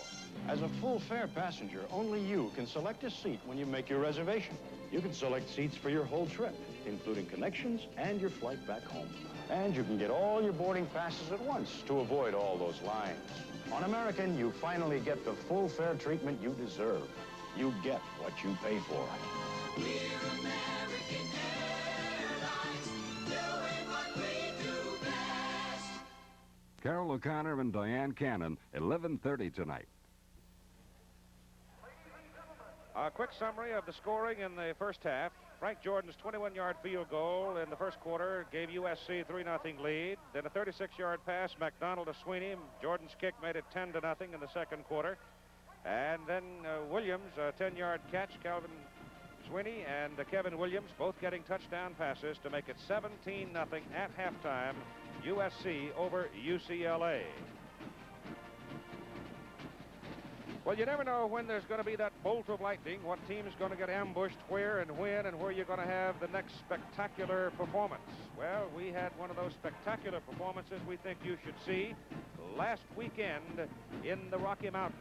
And that is part of today's Fireman Fun Flashback. And today's Fireman Fun Flashback is brought to you by Fireman's Fund Insurance. And Fireman's Fund Insurance is brought to you by an independent agent near you. So let's have a look at a young man who put himself in the college football history books 1 week ago today. The Rocky Mountain country of Colorado, the Air Force Academy, and the Georgia Tech Yellow Jackets against the Air Force Falcons. A cold day for the Southern boys, but they scored big with this young man, Eddie Lee Ivory. Georgia Tech tailback leading the Engineers with 356 total yards in one game as the Jackets won 42-21. The air thinner than most of these Tech players have ever breathed. But Ivory, a senior who has blossomed this year with the change of the Tech offense, whipsawed the Air Force defenses for 356 total yards on the ground for a new NCAA single-game record. That beats the mark of 350 yards set by Eric Allen of Michigan State back in 1971. These were the conditions for Eddie Lee Ivory's record-breaking performance. 20-degree temperature, 25-mile-an-hour wind. Chill factor well below zero, but Eddie Lee just kept on running and running right into the college football history books for Georgia Tech. Now we continue our Fireman's Fun Flashback as we join Dave Dial. Conference championships are being decided on this afternoon. Bowl bids are being extended, and they are being accepted. We're in the middle of a full day right here on ABC. For a report on Michigan and Purdue, let's go to Ann Arbor, ABC's Bill Fleming. The giant Michigan Stadium in Ann Arbor was the scene today where 105,410 fans turned out to watch the Wolverines take a giant step toward the Big Ten Championship and the Rose Bowl by defeating Purdue 24-6. At the end of the first half, Michigan had a 17-0 lead, but Purdue had lost its quarterback, Mark Herman, by injury. Then Michigan came out, climaxed a 77-yard drive with Lawrence Reed, reserve fullback, going in for the score. That made it 24-0. It looked like the Wolverines were invincible. Not quite so. This punt was blocked. And a Purdue Boilermaker, Mark Adamley, picked it up, ran it into the end zone, and it was 24-6. And finally, the Boilers had something to cheer about. They went for the two-point conversion. And here, I think, was the story of the game. Look at the defense as Jerry Meter, defensive captain, comes in and smothers Chuck Oliver. The total yardage for the day, Michigan 397, Purdue 123. Michigan wins it. They tear down the goalposts, and it's on to Columbus, Ohio. Now let's go to Andrea Kirby. This is the empty stadium at College Park, Maryland. But not so long ago, it was loaded with action as the Clemson Tigers defeated the Maryland Terrapins 28-24 to take the Atlantic Coast Conference title. The Clemson Tigers trailed early, and they trailed more than once. They went into the halftime trailing 14-7. In the third quarter, they trailed 21-14. This is the third quarter, Clemson's ball. A pass to flanker Dwight Clark, who takes it 63 yards for the Tiger score to tie it up at 21-21 in the third. Fourth quarter, Clemson's ball. They had gone from their own 12-yard line. Tailback Lester Brown takes it in to make it 28-21 Clemson. And the Tigers held off Maryland to only a field goal in the fourth quarter. So the Clemson Tigers are the new Atlantic Coast Conference champions. Clemson had never beaten Jerry Claiborne since he came to Maryland as a coach. Now they have the ACC title. Now let's join Steve Zabriskie at Auburn, Alabama. This afternoon, the 8th-ranked Georgia Bulldogs and the Auburn Tigers have played to a 22-22 tie before an overflow crowd of more than 61,000 fans. Had Georgia won this ball game, they would have wrapped up a bid to the Sugar Bowl. However, they did not. That will be decided on December 2nd when Auburn meets Alabama. Going into the third quarter, Georgia was leading 12-7 when Auburn quarterback number 6 Charlie Troutman on a 2nd and 8 at the Auburn 40 optioned down the right sidelines for 60 yards, staying on his feet and going into the end zone to put Auburn out in front 13-12. Troutman then passed for a two-point conversion to Joe Cribbs, number 20, and that made it 15-12. Auburn with 9:48 to go in the third quarter. Then after Georgia had tied the game at 15-all, Auburn on 1st and goal at the 2. Cribbs again. He had 235 yards on the day rushing. It was 22-15 Auburn, but Georgia came back. Driving in the fourth quarter, Jeff Piber, number 7, hits Lindsey Scott, number 24, with a 36-yard pass down to the Auburn 26-yard line. That drive culminated with 5:20 to go, and Willie McClendon, number 36, dives over from the 1. They elected to kick the extra point, which tied the game at 22-all, and the last 5 minutes and 22 seconds were played that way. Georgia was intercepted at midfield late in the game, and the game ended in a tie. We just have a final. We just got off the phone with the people out in the Missouri-Nebraska area. Missouri in the Big 8 has upset Nebraska 35-31. Even though Nebraska has already accepted a bid to play in the Orange Bowl. Now, where does this leave Joe Paterno of Penn State? He said he wanted to play the highest-ranked team in the nation. So many of the bowl pictures are still clouded at this moment. You know, Fireman's Fund always reminds you, look for the sign of the independent insurance agent. We do it with cheering sections and puzzles and fireworks, even a marching band. But no matter how we show it, look for it. Because for someone who works for you, who gets the best policy and price, you'll never find a better place to hang your hat. In the yellow pages, Fireman's Fund Insurance Companies. ABC Sports presents Battle of the Network Stars. Tonight, all the beautiful people from shows on CBS, ABC, NBC, and other planets. Billy Crystal, McLean Stevenson, Valerie Bertinelli, Debbie Boone, Gabe Kaplan, Richard Hatch, Joyce DeWitt, Charlene Tilden, William Shatner, and the irrepressible Robert Conrad. Make up! Make up! Watch the Battle of the Network Stars November 18th on ABC. Be there or be square. Back here in Los Angeles at the Coliseum, 17-0. USC over UCLA, the Trojan Marching Band, directed by Arthur Bartner, and their halftime performance.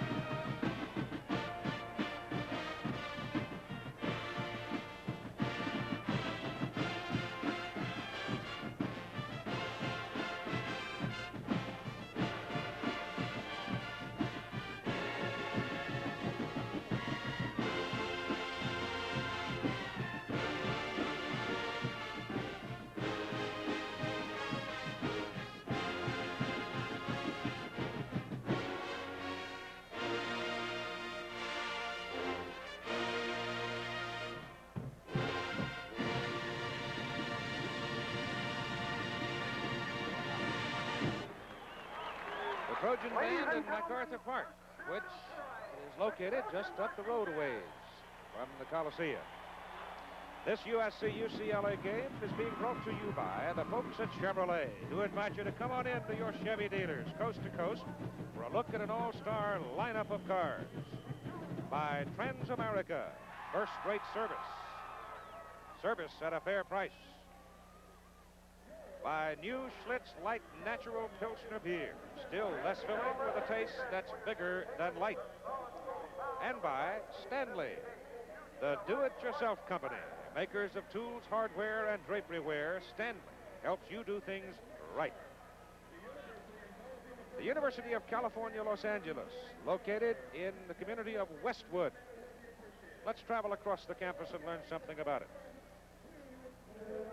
UCLA, a city of some 50,000 students, faculty, and staff, has come a long way from this bean field to the leading center of learning it is today. All accomplished in less than 50 years. Growth was particularly rapid in the years following World War II, when $350 million went into construction on the Westwood campus. Even now it goes on with the new Jerry Lewis Neuromuscular Research Center, where scientists will explore the causes of muscle disease. More important than the buildings themselves is what goes on inside. In the Molecular Biology Institute, researchers look for ways to control cancer and viral diseases. Research is not limited to the sciences. UCLA's Museum of Cultural History houses thousands of artifacts of primitive civilizations used by anthropologists and art historians. UCLA tomorrow will be much like UCLA today. A few more buildings and even more academic distinction. Hi, I'm Ben Stooley, head football coach at the University of Georgia and chairman of the American Football Coaches Association Ethics Committee. A basic part of my job and of every college football coach is recruiting. As a member of the American Football Coaches Association, all coaches want to improve the process through which the high school athlete selects a college. When an NCAA member college offers a high school prospect a grant and aid, it may only include tuition and fees, room and board, and books. That simply is it. No student athlete may receive free transportation home, clothing, movie tickets, or even discounts unless these privileges are available to all other students. The National Collegiate Athletic Association has distributed a booklet, a guide for the college-bound student athlete. For a copy of the booklet, write Recruiting, NCAA, P.O. Box 1906, Shawnee Mission, Kansas, zip 66222. The preceding has been a message furnished by the NCAA. 3 at halftime here in Los Angeles. USC leading UCLA by a score of 17-0 and dominating the first half of play. Right now, let's join Max Robinson for ABC News World and our halftime report. Here's Max.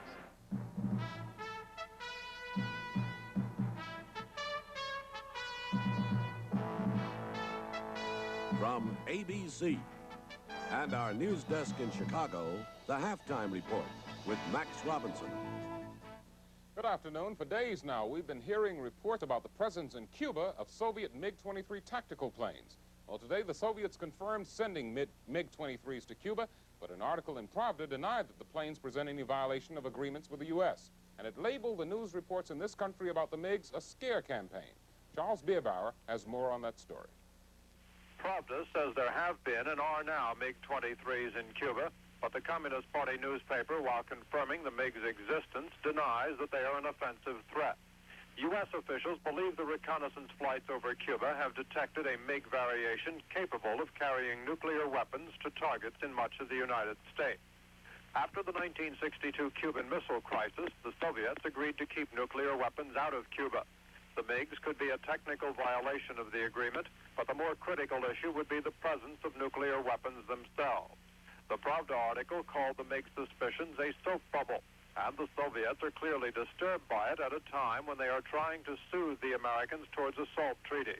Soviet Premier Kosygin angrily told a dozen American senators here this week that the Soviets are keeping their word on the Cuban agreement.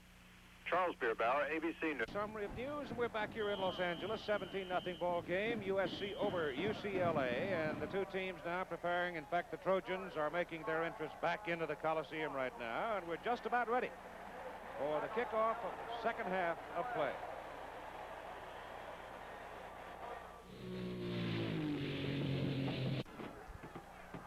Soothe the Americans towards a SALT treaty. Soviet Premier Kosygin angrily told a dozen American senators here this week that the Soviets are keeping their word on the Cuban agreement.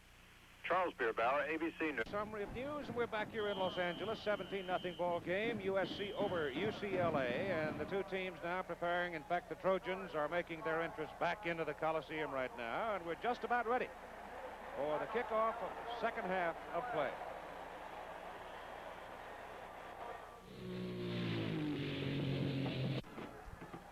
All right, David, we're ready to go with the second half of play in our ball game here. And one of the revealing things as SC gets ready to kick off to UCLA, the Bruins not really been able to hold on to the ball in the first half.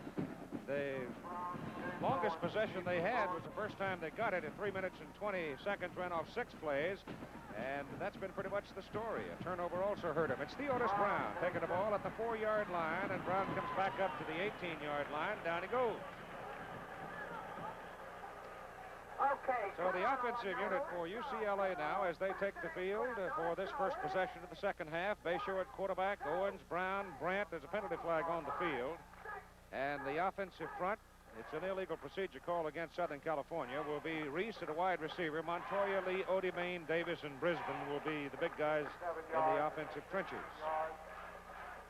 So UCLA now to make a decision whether or not they want to make USC kick over again. You would think they'd want to and give them a chance at posturing the ball offsides, called by the referee Charles Moffett.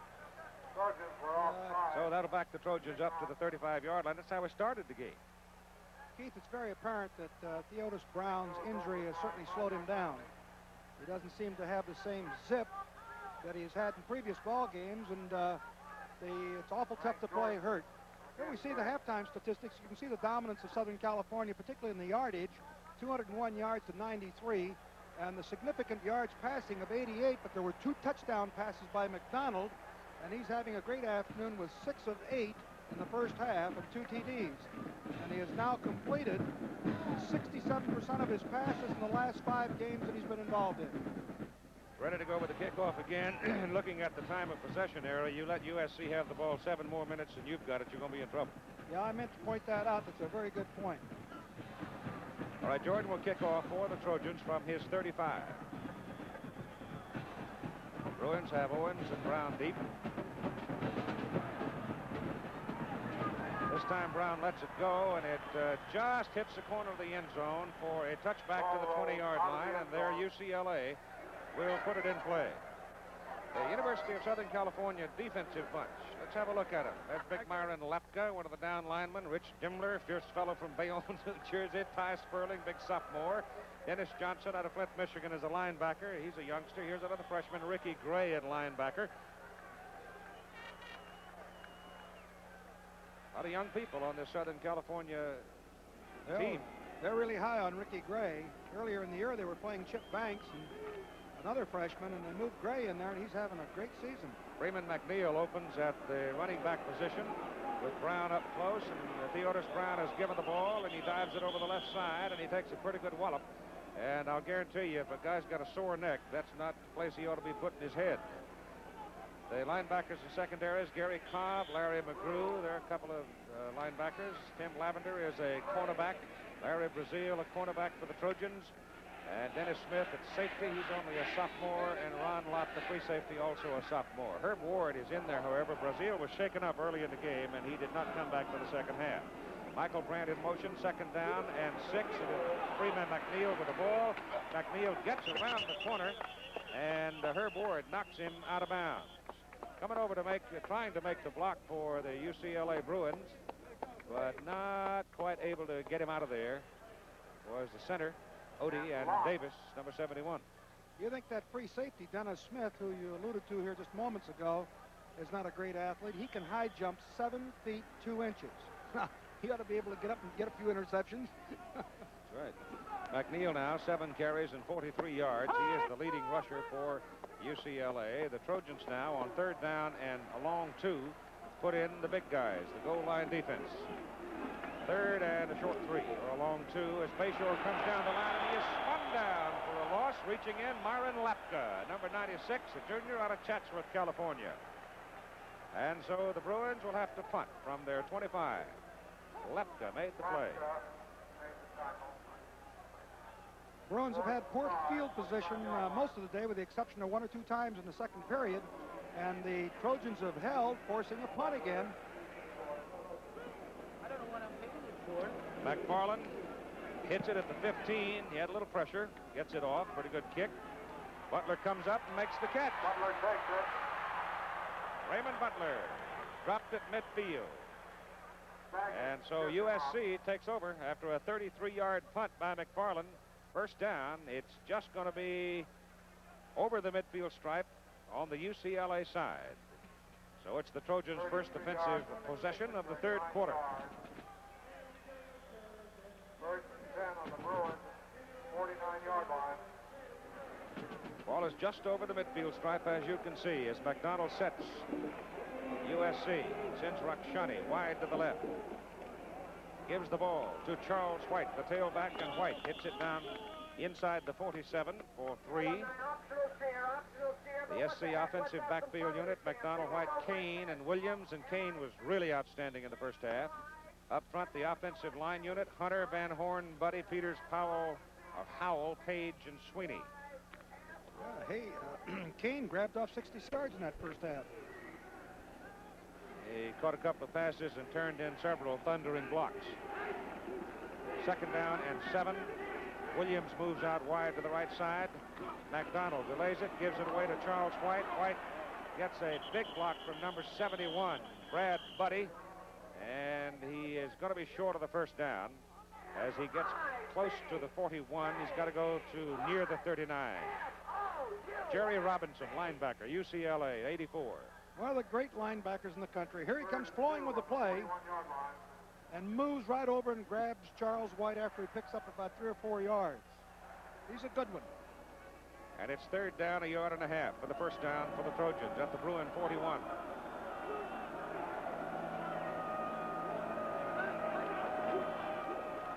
White had the ball pop up under his chin as he hits at the line of scrimmage and comes down inside the 40, but how far inside? It'll be close. They will measure with 12 minutes and 14 seconds to play in the third period. Looks like they have it from this vantage point, although it'll be close. The big upset of the day, Missouri beat Nebraska 35-31. Auburn and Georgia played a 22-22 tie. Other games, Clemson defeated Maryland in a big ball game for the ACC title. Chains down. Well, short. Just short. I'll check my eyesight. Well, you are a considerable distance away from the playing area here in Los Angeles. Long way.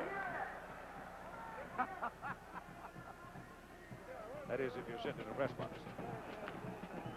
Never worked. John Robinson's made up his mind now. The play has been called.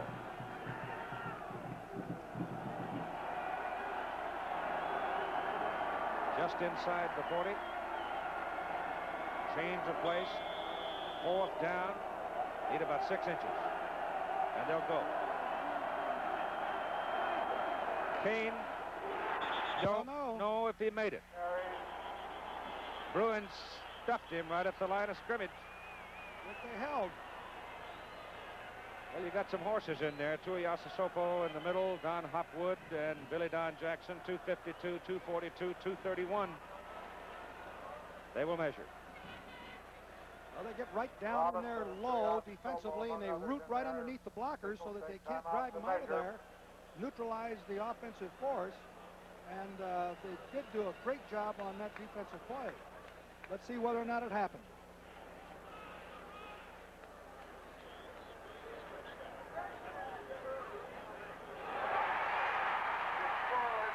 Bruins hold. Take over the ball. First down. Right near their own 40-yard line. Could be a lift. Sure could. Battle of the Network Stars tonight here on ABC. From ABC's team, Gabe Kaplan is the captain. For CBS, McLean Stevenson. For NBC, Bob Conrad. It'll be a lot of fun. 8 Eastern Pacific, 7 Central Time. Here come the Bruins, first down at the 40. Bayshore down the line on the option, gives it to Brown. Brown fumbles. He got a little bit of room over there as he turns it upfield. He's ridden out of bounds by Herb Ward. Dennis Johnson, number 56, caused a little concern. Watch him do his thing. He fires right straight through, and it actually forces a, let's see how that pitch is. No, the ball was gone. It was right in Brown's hands. Very fortunate the ball bounced right back up to him. But that was a good pitch. Looks like they might have a roughing call. And while you are watching the replay here, 15 yards are being marched off against Southern California, and the referee is indicating that it's a face mask penalty against the Trojans. The ball is moved now back to the SC 42-yard line, and Herb Ward apparently grabbed a hold of the face mask as he tackled Brown. First down, Bruins at the Trojan 42. Bayshore gives to McNeil. And McNeil is ridden out of bounds by number 49, Dennis Smith. McNeil's about the only guy that's been making positive yardage for the Bruins. He was 6 for 38 in the first half, while Brown was 4 for 8, and Owens was 3 for 12. 11 minutes and 50 seconds to play in the third quarter, and Southern California sitting on a 17-0 lead. They scored 3 in the first quarter, 14 in the second quarter. Second down and 6. Ball is handed off inside to Marvin Morris. Morris is decked at the 35. Picked up 2, Mr. Dimmler involved in this, number 92.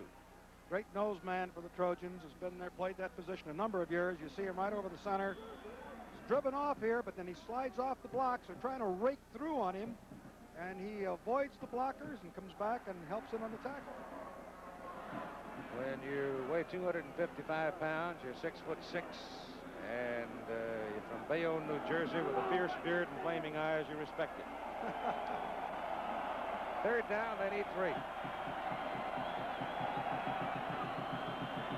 Blitz is on. Bayshore rolls away from it.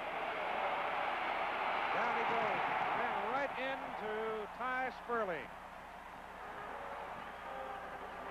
Number 63, Ty Sperling, the down lineman, tackle. Read the play. The Trojans were blitzing from the right side, and Bayshore rolled away from the blitz all right, but Sperling gets his second quarterback sack of the game, third sack by the Trojan defense, loss of 13 yards. Here's McFarland to punt. He looked like a 10-flat 100 man the way he was chasing Bayshore there. He's got great speed.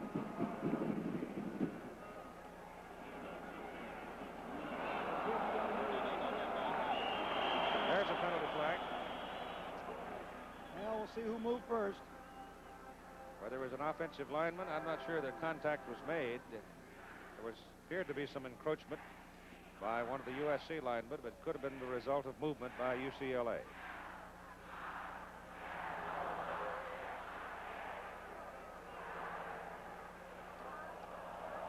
No penalty. There is no penalty. Now they've got it organized and will proceed. Snap is from the USC 48. McFarland back at the 38. Trying to hit it soft and let it drop inside the 10, but it takes a big bounce and goes on through the end zone. A 47-yard punt. Time is out on the field, 10-16 to... Final score out of the Southeastern Conference today, and a very big one. The Georgia Bulldogs and the Auburn Tigers play a 22-22 tie. And Missouri upset Nebraska in Lincoln 35-31. Southern California's football. First down at the 20. They lead 17-0. McDonald gives the ball to Charles White. White slashes over the right side and comes up to the 26, maybe the 27-yard line. Joe Paterno has been in conversation with some of our people from New York and has indicated that he may have some comment relative to the immediate bowl future of his Penn State Nittany Lions, who finish their season next Friday against Pittsburgh. So Joe's ready to say something. He'll let us know, and then we'll let you know. Second down and better part of 4 yards. White again with it, and Charles is across the 30, out to the 31, and USC gains with White carrying 11 yards in 2 plays. Terry Donahue's Bruins are beleaguered. White now 16 carries and 67 yards. He's a junior. He's back next year.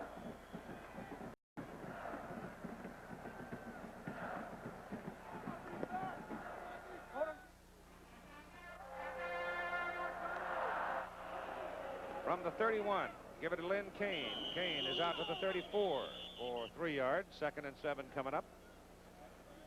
Some of the other scores from around the country today, with Syracuse beating Boston College 37-23. Rutgers knocked down Holy Cross 31-21. Dartmouth beat Princeton 28-21.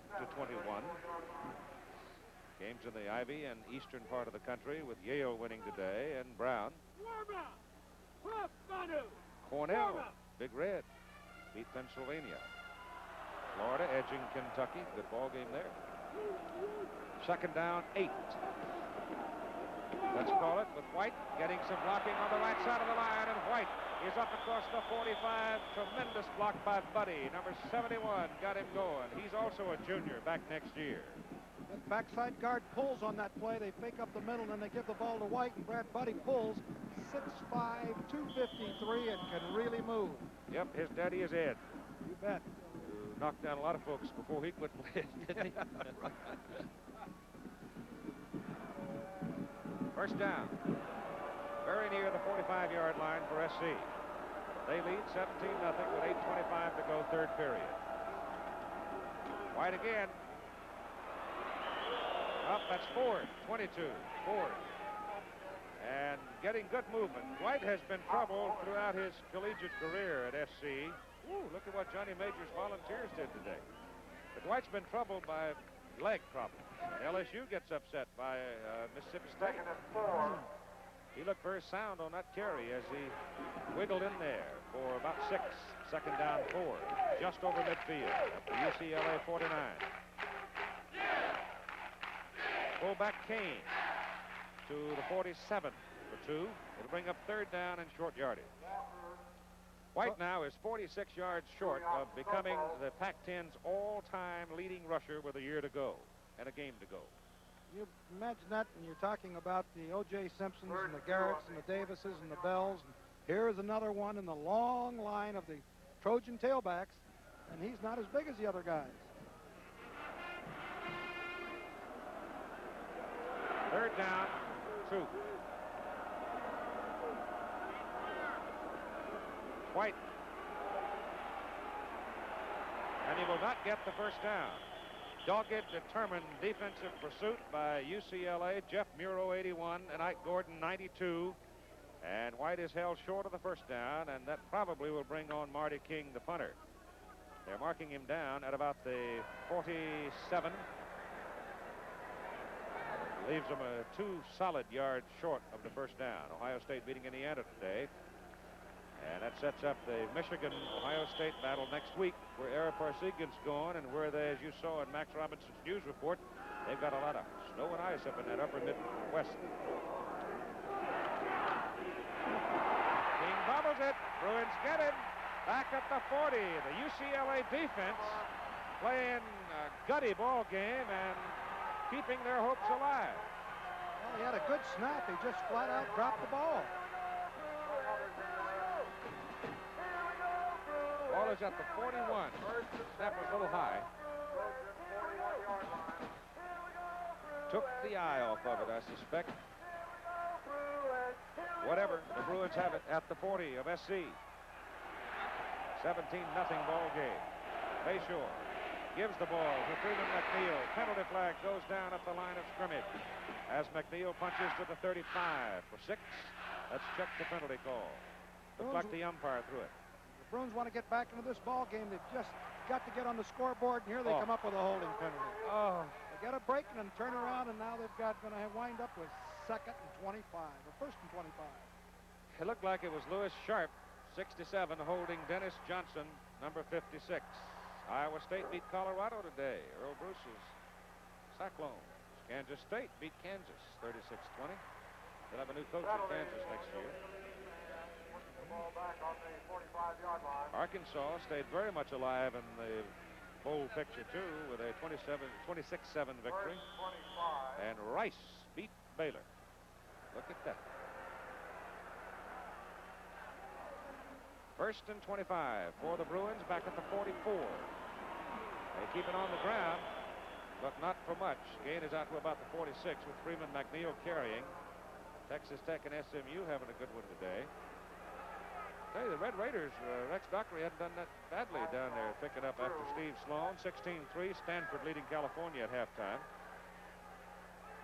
Arizona State leading Oregon State, the team that beat UCLA last week. Time remaining, third quarter. Second down, and 23 from the 46. Short pass is complete. Gain is up to the 49-yard line as Tim Reitman came across to the sidelines to make the catch. They're not going to get anywhere near the end zone completing passes for a yard or two. They've got to come up with bigger plays. The problem is there's a whole lot of big old long-legged folks wearing red back there. That's a problem. They can run and jump. Bayshore now 4 for 9, 48 yards and 1 interception. That's Grant in motion. Bayshore to throw. Goes deep, got a man wide open down the middle, and the pass thrown to the short man is incomplete. James Owens was down at the 15-yard line, and I mean he was home free. Hey, when he saw the ball go off in another direction, you could see him put his hands on his hip in disbelief. Bayshore just missed him. Was thrown to Reitman, the short man, but Rick just didn't see him. But my goodness, he was wide open. McFarland to punt. Failed to capitalize on another field position opportunity and a turnover. Butler lets it go. It takes a Bruin bounce, and Bruins down it right about the 5-yard line as Marvin Morris was downfield to catch the ball on the bounce. They'll put it at the 6, where USC has it, but they lead 17-0. This is one of the most advanced motor cars. Kicks. Now, standard equipment includes tinted glass, AM radio, shift console, sports steering wheel, white striped tires, body side molding, bucket seats, carpeting, a hatchback, and more. All standard, and all for less than what last year's Chevy Monza 2+2 would have cost with the same equipment. That's more car, more kicks for less money. New Chevy Monza. Football excitement like you're viewing today can be seen at 102 Division II and 204 Division III NCAA colleges. Attend the 1978 Division II Football Championship December 9th at Longview, Texas, and the Division III Championship December 2nd at Phoenix City, Alabama. Next Saturday here on ABC, doubleheader time, Michigan, Ohio State. That's a Rose Bowl game. Notre Dame, USC follows. That's one of the long-running intersectional rivalries in this country, one of the great ones. Here come the Trojans now from the 6-yard line. Handed, fumble! Bruins have got it. I think they do. Manu Tuiasosopo in the middle. Created some kind of problem in here. Tuiasosopo, here he is, number 40. He's right over Peters. He slides in behind him, gets penetration, and gets a hold of Kane, gets his arm in there, and shakes the ball loose. A big turnover opportunity again for the Bruins. They've got to capitalize on this one. First turnover by the Trojans. As Billy Don Jackson covered it, it's first and goal to go UCLA at the Southern Cal 6-yard line. Theodis Brown lines up in the backfield with James Owens. Owens has the ball. He's to the 4, trying to slide outside. Larry McGrew was out there wrestling with him along with Ricky Gray. Slide, trying to run the dive play, the veer play to the outside, but the Trojans slide right with it. William Banks is in the lineup now as they get the extra linebacker in for the Trojans in their goal line defense. It's second down and goal to go just inside the 4 for the Bruins.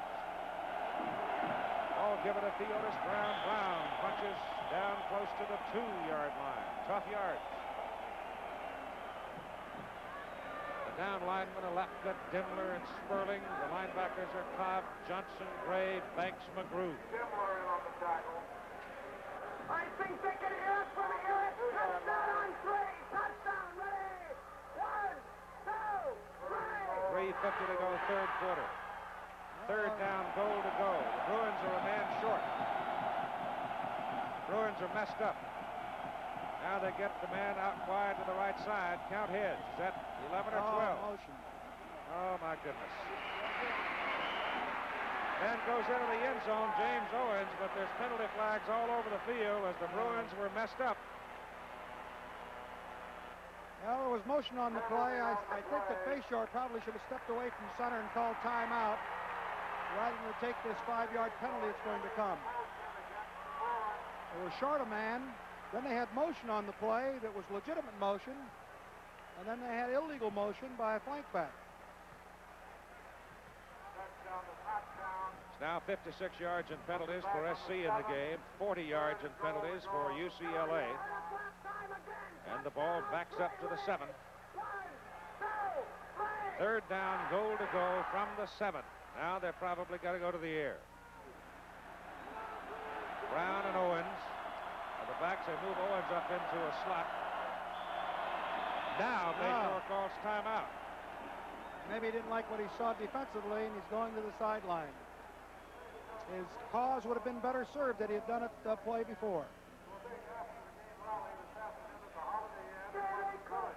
Bruins now have 2 timeouts remaining. 3 minutes and 33 seconds to play in the third quarter. UCLA with a great opportunity, but the handle is not as long as it was. That's next Saturday, but let's look at what's about to happen here on third down and goal to go for UCLA at the Southern California 7.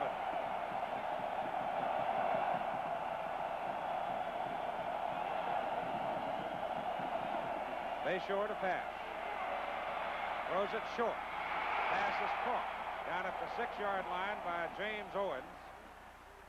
It'll bring up 4th down and goal to go for UCLA. They had the ball, third down at the 2, got all screwed up. Got a 5-yard penalty, backed them up to the 7. Now it is 4th down, just inside the 6, or just short of the 5. And the UCLA kicking team has come on. Peter Burmeister is going to try a field goal. It will be a 22-yard field goal try from the right hash mark for the left-footed kicker. And he knocks it through.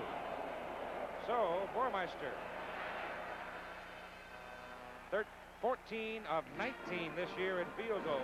The UCLA Bruins are on the board at 2 minutes and 54 seconds to go in the third quarter. We have received information from the athletic department. Joe Paterno, the football coach, Ed Checkeye, the athletic director at Penn State University, and the Nittany Lions say they will play in the Sugar Bowl against the winner of the Alabama-Auburn game. Well, I'm not sure it would be the Alabama. See, Auburn and Georgia tied today. If Auburn should beat Alabama, then a decision would have to be made between Auburn and Georgia, I guess. But if Alabama defeats Auburn, information that we have from the University of Alabama is that if Alabama beats Auburn, then the Crimson Tide will represent the Southeastern Conference in the Sugar Bowl against the Nittany Lions of Penn State. Joe Paterno looking for the game that will warrant for his Nittany Lions a national championship. UCLA Bruins on the scoreboard. Kickoff is way through the end zone and beyond the reach of the Trojans, and USC will bring it out at the 20 now. And they'll have it. First down. Keith, I think that if Auburn does beat Alabama, I believe that Auburn would go to the Sugar Bowl because I think Georgia was there previously. That's right. I guess that's true. And but that's an interesting turn of events that has occurred this afternoon. And it hinges on 2 things. 3 things, actually. 22-22 tie Georgia-Auburn. Missouri beating Nebraska 35-31, and the fierce desire of the Nittany Lions for a national championship. First down, USC at the 20.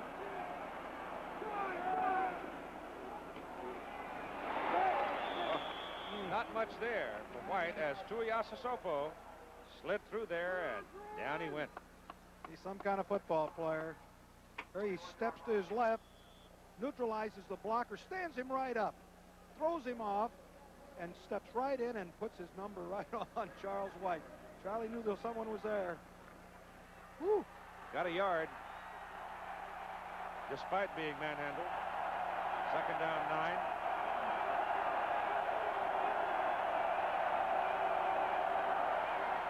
Kane, the fullback, yard loss.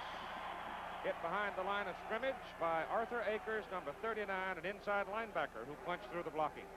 A bit of a momentum shift in this contest, and we've seen it before.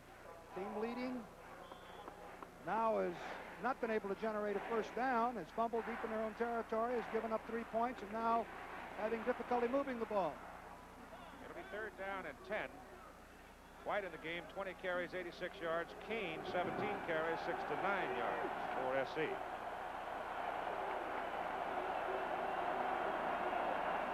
Third and 10.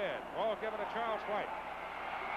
He gets out to the 26. But there the Bruins get him. Arthur Akers, number 39 again. And now SC's going to have to kick. The UCLA Bruins get the football back.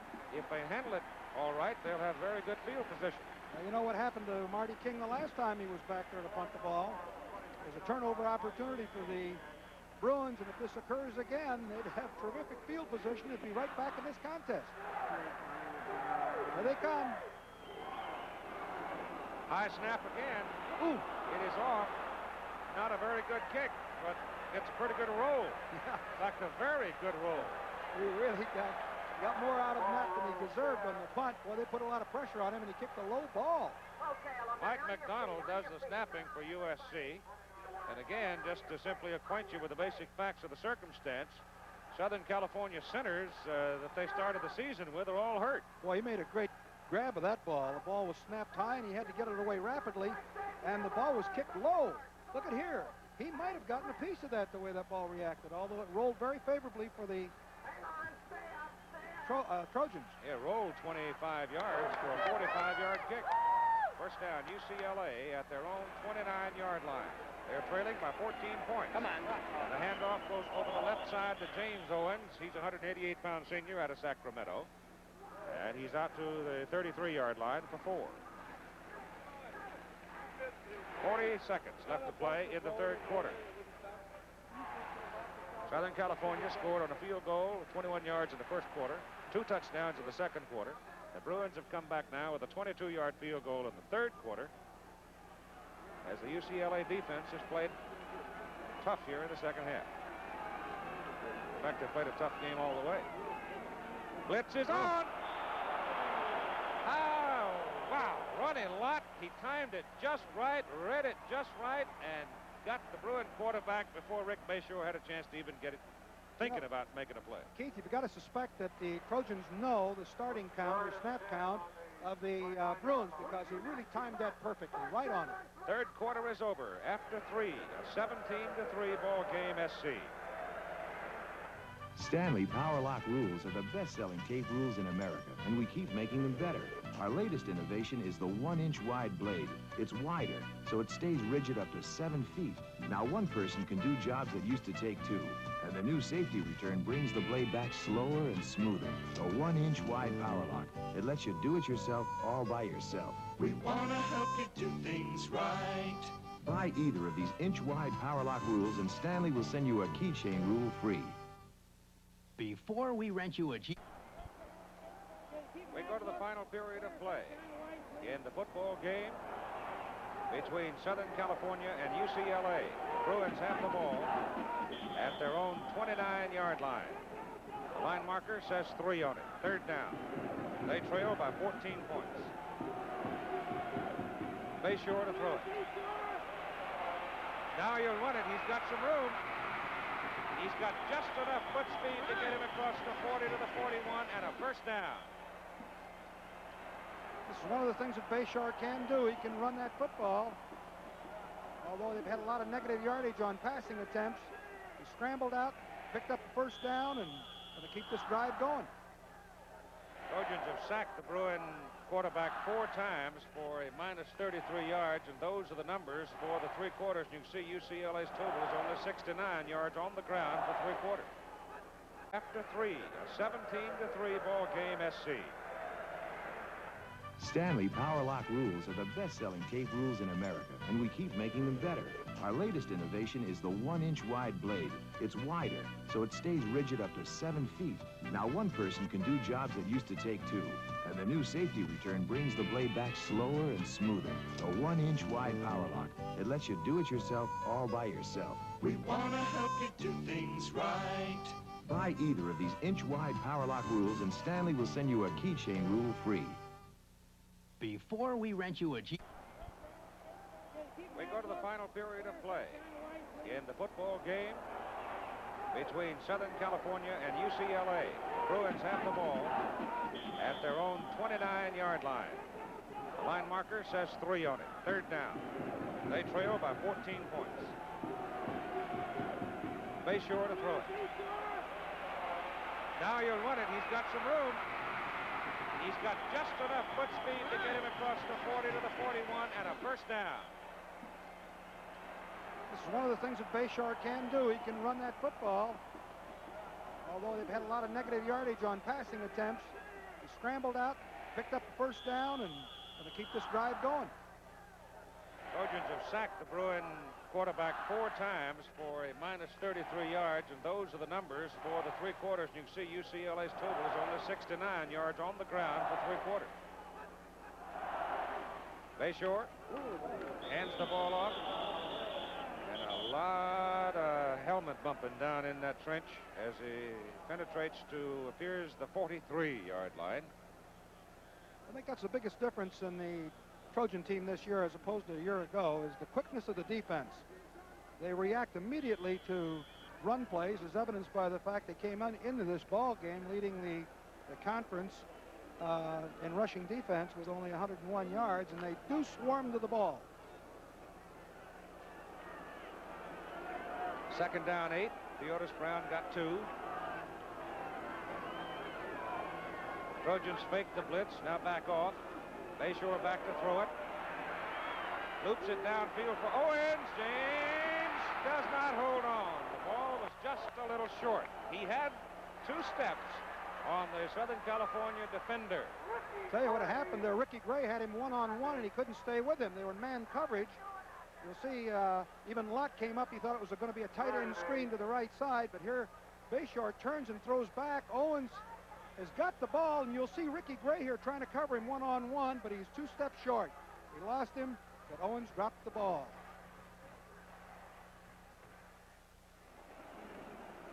.13:44 to go in the ball game. 3rd down 8 for UCLA. Bayshore to throw it.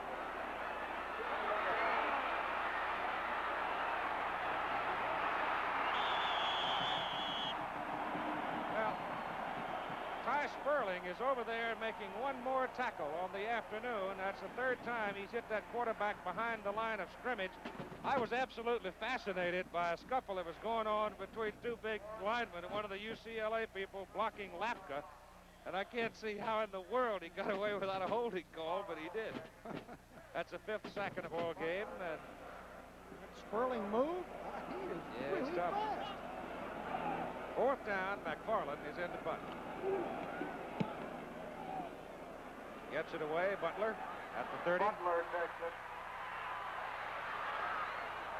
And back to the 34. Timeout, 12:50. Once again, the 2 scorers that have really turned these bowl situations around today. Missouri beating Nebraska 35-31. So Nebraska will go to the Orange Bowl with this one. Georgia-Auburn 22-22 tie, which probably has cost, or may have cost, Georgia a chance to go to the Sugar Bowl. In fact, you could say it has cost the Bulldogs a chance. Here's SC now from the 35-yard line. Charles White dancing down the sidelines, gets up across the 45. Looks like it'll be a Trojan 1st down. Got a good block from little Calvin Sweeney. Now, well, he depends on your perspective as to how little he is. He's 6'2", 184 pounds. He did get a good block with him. He stayed right with him, and I was watching there very closely. I thought they might see a flag down there, but he just wasn't a clip. It was pretty close. He just sustained the block. Charles White now has gone over 100 yards of the ball game on 22 carries. He has 102 yards. 1st down Trojans at their 45. They lead 17-3. 12 and a half minutes to play in the ball game. McDonald has not put the ball up in the second half. Passed for 2 touchdowns in the first half. Now he'll throw it. Shoots it to the sidelines and hits his man. Pass is caught on the far side of the field by Calvin Sweeney, who made a touchdown grab back in the first half of the second quarter. Once again, we see the durability of Charles White. He's had the ball 22 times this afternoon, plus 100 yards, and he generally carries it about 28 times a game, and he's, you know, for that size, it's incredible. Tough. Out of the I formation, second down. Again on that pass play of 9 yards. They need 1 for the first down. The ball at the UCLA 46. Give it to White. Charles spins it. Goes to the 43. First down, Southern California. Clemens and Hunter got into a bit of a scuffle, but no flag. Well, they separated them in a hurry. White forward into the backfield for Southern Cal as Charles White comes out for a little breather. You see now that Charlie has passed Ricky Bell. He has only Anthony Davis to pursue. He didn't have to really travel all that far to catch him. At the end of the season, he could be the all-time rushing leader for Southern Cal, and that is something. This is Ford, and Dwight Ford is strung out by the Bruins. And the tackle is made by number 42, Ken Walker, an outside linebacker with Billy Don Jackson there. And it's been a long afternoon so far for Terry Donahue. UCLA defense continues to hang in there in spite of not being able to put any points on the board offensively.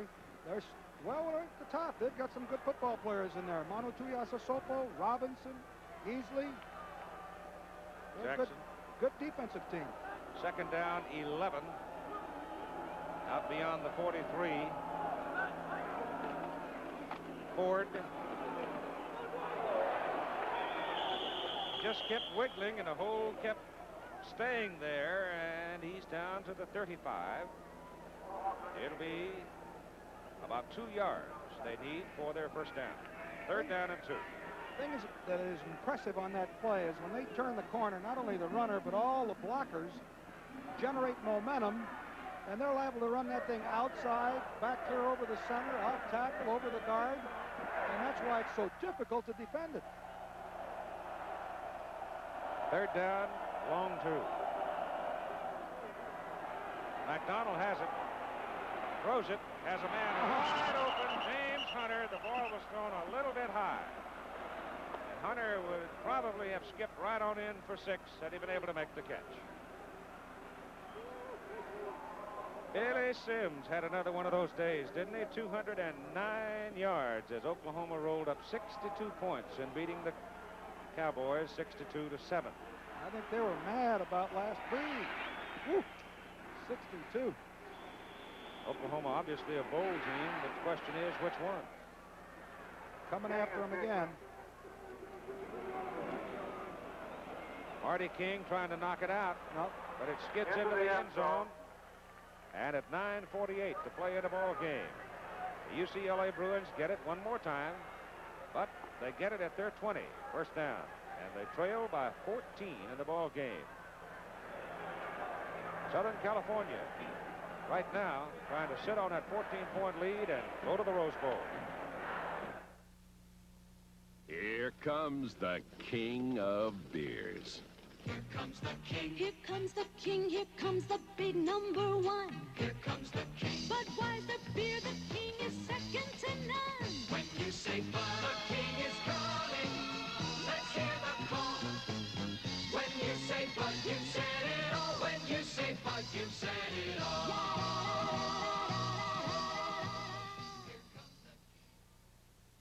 This season, these fully race-prepped Chevy Camaros will be driven by 12 of the best drivers in the world in the International Race of Champions. Introducing the 1979 version of the ultimate Camaro.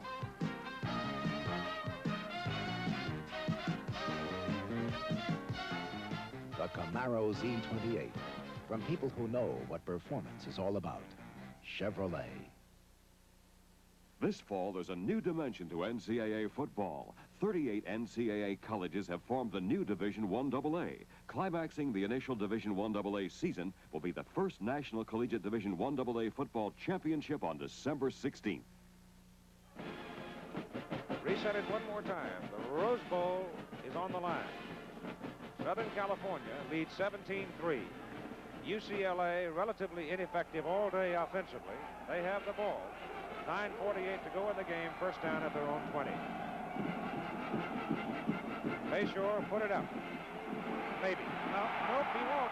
He is hit from behind. Penalty flag goes down. The ball popped loose. The Trojans have the ball. Larry McGrew, number 57, looping from the outside, hit him. Never had a chance. Every receiver was covered, and I mean covered well. There's no one open to throw the ball to. He had ample time, but he was finally knocked down.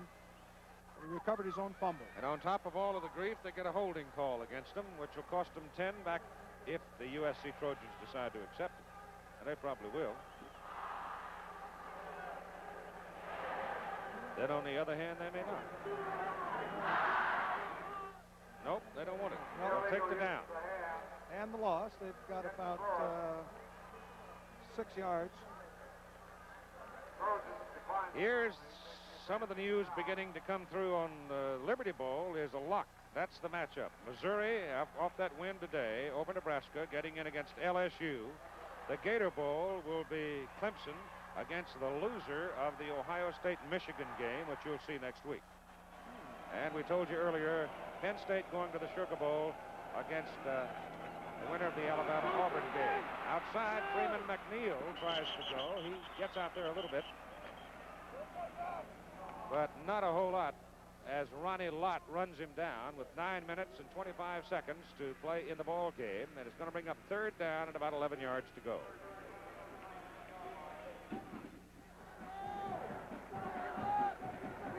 You've got to figure that Notre Dame is involved in the minds of the people in the Cotton Bowl and the Orange Bowl. Yeah, it'll be interesting to see. I don't have any news on who they have selected. Notre Dame's got another game here next week. Bayshore's pass over the middle. Oh, what a great catch by Michael Grant out at the 38-yard line. He was well covered. The pass was perfectly thrown, and Michael just did a heck of a job getting it. Keeps weaving to the outside, and he's funneled out by Ron Lott. Ron Lott stays with him. And the ball, look at him go up for that ball. Great catch. Lott couldn't have been in much better position. And the Bruins are off the hook. They get a first down at their own 38 with 8:40 to play in the game. Time now the obvious ally of USC. Well, they put it on the ground. And the gain for Brown is out to the 43. Or it's Freeman McNeil, rather, number 31. He got about 6 yards on that carry. But the clock runs. 8:20 to play in the game. They're going to have to come up with some big gainers somehow. I don't know whether they can do it running or passing, but the clock is against them. The Goodyear Blip Columbia out of Gardena. Down the road, Captain John Clayton. The cameraman is Mayo Partee. Bayshore to throw it. Gets his pass off. Pass is complete up to the 46. It's short of the first down. Freeman McNeil coming out of the backfield to make the grab. Sun Bowl now has confirmed Texas against Maryland. The Sun Bowl in El Paso. Texas against Maryland. The Tangerine Bowl has Pittsburgh and North Carolina State. So Ted Brown's going to get a chance to play in a bowl. Arkansas has accepted a spot in the Fiesta Bowl. The other spot not named yet. Blitz is on, and it works. Number 49, Dennis Smith, the strong safety, blitzing. And the Bruins get knocked down. I haven't seen the Trojans blitz this much in all the years that I've watched them. They're guessing right. I don't know whether or not they have any keys, whether they're smelling out the cadence. Here you see him. He hesitates. Then he gets through before the center. Dave Otte gets a hold of him, and he's in there making the play. Time is called by UCLA. Fourth down. They need 6 for a first down. 7:01 to play in the game.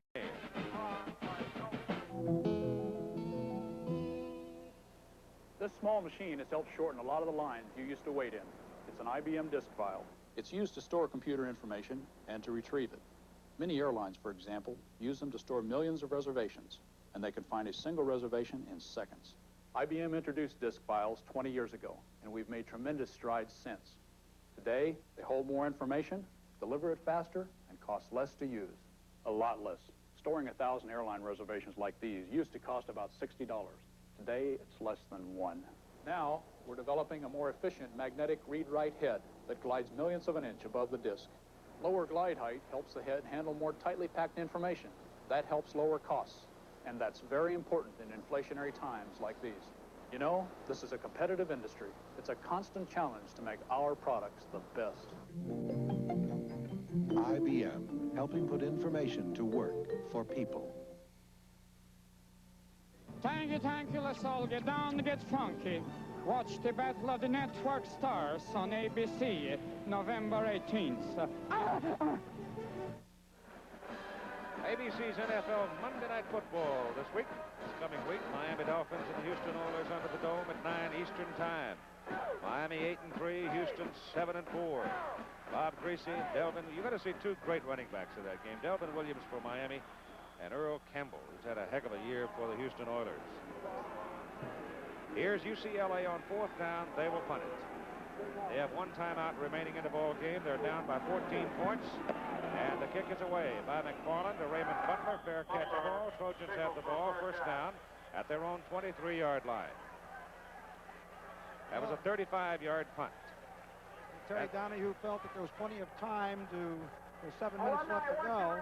Go ahead and punt. At least he's got the Trojans back in their own territory. Well, I tell you, 4 and 6 is truly a desperate situation the way things have been going. Yeah, well, it's there's still, you know, any kind of turnover here. I've seen things in the last quarter, last 2 minutes of a ball game, 2 or 3 scores occur. There's a big horse right there that's played a major role. Ty Sperling, number 63. Here come the Trojans now, first down. McDonald gives the ball to Charles White. White slashes in for 1 yard. That's all. And Manu Tuiasosopo laid right in the middle there and held his ground. He's playing one heck of a football game.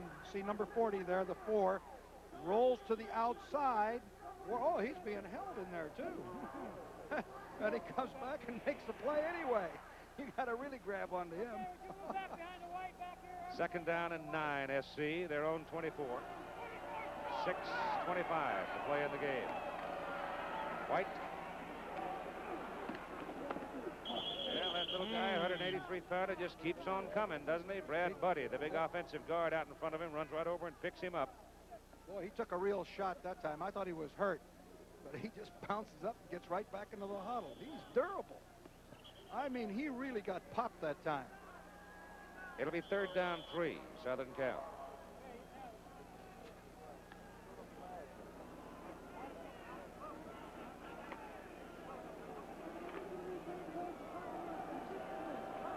Shadows reaching way out into the playing area of the Coliseum now. White. Oh, boy, he got hit that time. There was a blue shirt came from the right corner and just nailed him. It is Brad Clemens, number 99, a sophomore out of Auburn, Washington, and I want to tell you, you won't see a harder hit, I don't think, in your life. Nobody picked him up. Kane went in motion. He just pitched the ball off. White's looking for somebody, and no one touches him. And you talk about White not being able to take it. He took another shot. That's 2 in a row that he's really been hit, and he just gets up and goes right on. 4th down and 6. Marty King's punt. Low liner. Kenny Easley touched it. Downs it at the 18. They'll mark him at the 19. There's another good bounce for the Trojans, and Easley must have just touched that ball. He must have nipped it. Went back and recovered it. Next Friday, Penn State bound for the Sugar Bowl, looking for a chance to win a national championship, the first one ever. Takes on arch rival Pittsburgh at State College. You'll see it here on ABC at 1 Eastern Time, 12 Central. And then on Saturday, this is what we have. Michigan, Ohio State. The winner to go to the Rose Bowl, the loser go to the Gator Bowl. Notre Dame and USC play here. SC hangs on to their lead. They go to the Rose Bowl. You got to figure Notre Dame is going to be a bowl team, but we'll see. Michael Brandt, former quarterback, throws the pass way downfield. Is incomplete. The Bruin bench is screeching that Herb Ward pushed Ricky Kaufman coming downfield, but they don't get a flag. Well, it looked like he might got a piece of him on the play. Let's take a look at it here, see whether or not he gets his hand out. He's got his hand here. He's going for the ball. Here comes a long pass. Yeah, he hit it. Well, he reaches out with his left arm as he falls. And, of course, he got the adequate response from the Bruin bench. But no flag, incomplete pass, 19-yard line, second down, 10. Bruins, 5:20 to play in the game. Bayshore looking and looking. Now throws it deep. He throws it for Severn Reese, who's got it. He's gone. It is an 81-yard touchdown. The Trojan secondary went to sleep, and the Bruins get an 81-yard bomb. Tim Lavender let him get away from him.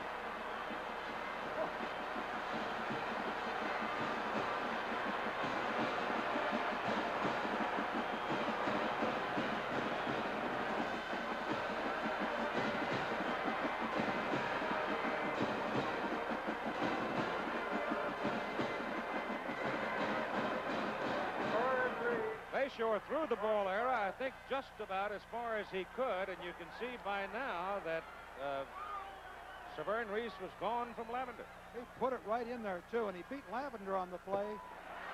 Biggest pass play for the Bruins in the entire season, and this game with 5:10 left to go is 17-10. Reese just comes straight up the field. Bayshore had enough time. He weaves in, then he weaves out behind Lavender. Right here, goes beyond him, and Bayshore puts it right in there, and he outruns him to the end zone for a score. Lavender was gaining, but end zone came too fast for him. Dawn launch, Sea of Japan.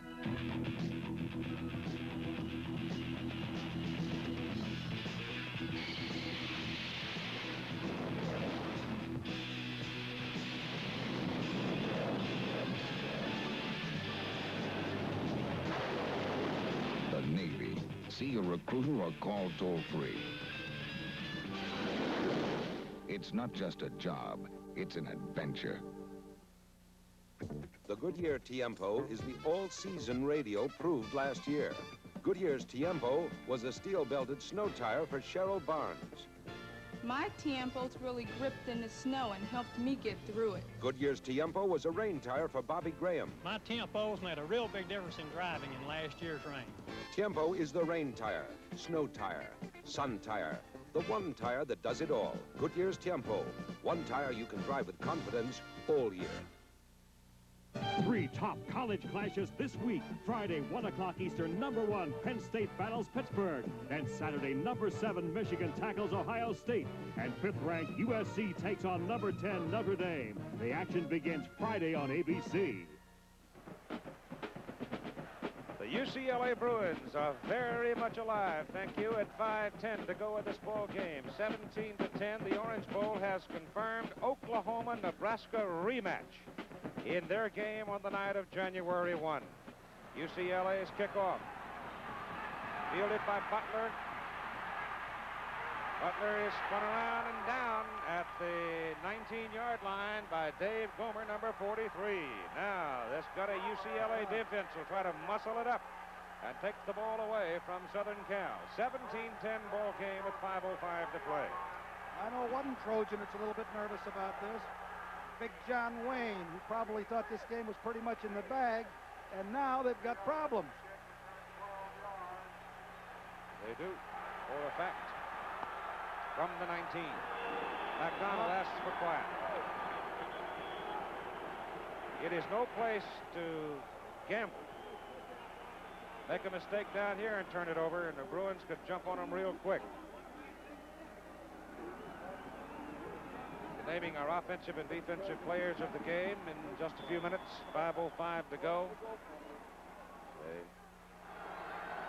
Folks at Chevrolet giving $1,000 for the General Scholarship Fund of the school in the name of the players chosen.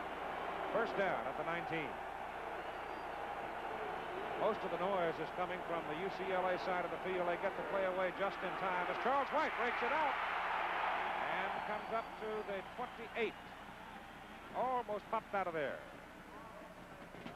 One more look at the Bruin bomb. 81 yards, base shore to Severn Reese. Just a classic weave in and weave out. The important thing about this pass is that Bayshore had ample time to get it off. And, of course, Severn Reese did run by Lavender. And look at him outrun him into the end zone. He's catching up with him, but not soon enough. Second down and 2 for Southern California. Handoff goes inside to the fullback, Kane. Kane is stacked up at the 29. He is short of the first down. Manu Tuiasosopo.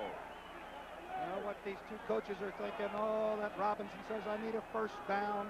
Terry Donahue is saying, hold him here. We need that ball back. We're going to win the ball game. Going to score a touchdown and go for 2 points. Ooh, I know the feeling. Aren't you glad you're up here? I am.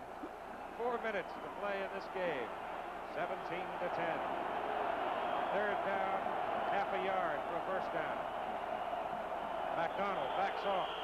Says he cannot make himself heard to his team.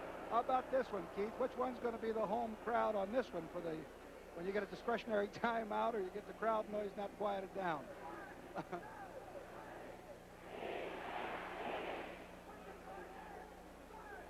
right, here's some clarification on the Sugar Bowl. It'll be Alabama or Georgia. If Auburn should beat Alabama, Georgia would still get the call to go to the Sugar Bowl. Double-checked it, and that's the way it figures up. Here's Charles White diving for the first down at the 30. Got just enough. He needs now 19 yards for a new Pac-10 career rushing record. Well, that first down will give him an opportunity to bleed more time off that clock. It's still 3:47 left to go, which is ample. UCLA will try to hold him here and get the ball back. The Trojans are going to try to keep it. Alabama and Auburn will play on December 2nd. Georgia and Georgia Tech will play on December 2nd. Of course, the Tech-Georgia game is not a conference game. One more point of clarification. First down, Southern Cal. And they give the ball to Charles White, and he's got 5 more yards. He now needs 14 to become the all-time career rushing record holder.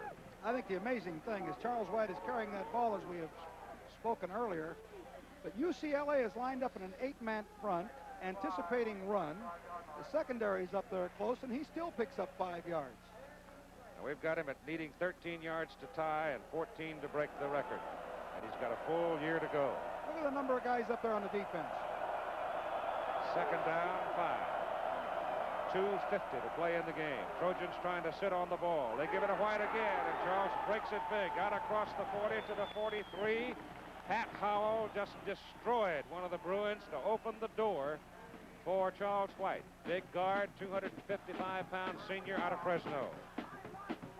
Now, those are 2 big first downs that the Trojans have just put together. They got the clock running for them. And even if they're forced to punt now, UCLA would not get good field position. UCLA needs a fumble. First down, USC, their own 43. 2:29 to play in the game. It's White again. Charles trying to go around the corner, gets 1 yard as he gets it up to the 45. He was just inside the 44. I think that's the first time I've seen him all afternoon make the wrong cut or the wrong move. Yep. If you come back inside, he had a little room. Yep.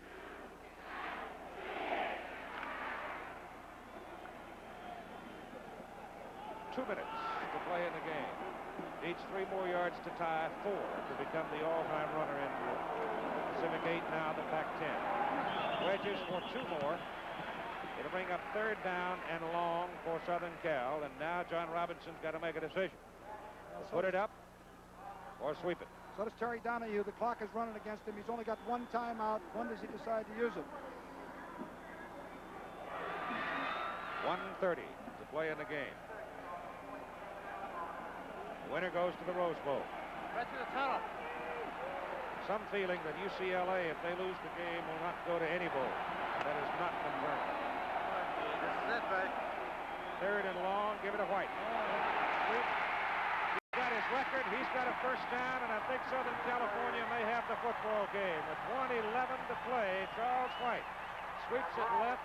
He went behind a wall of people. Pat Howell, Brad Buddy, 255, 253. Charles White is now the all-time rushing leader in the Pac-10. What a deserving performance. We got good blocking on that play. And a little misdirection. They appeared that White was going to come to the field, and then they gave him the ball, and he went back to the backside. Look at that yardage record.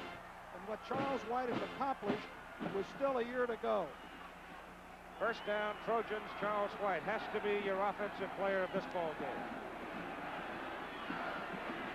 Got the ball again.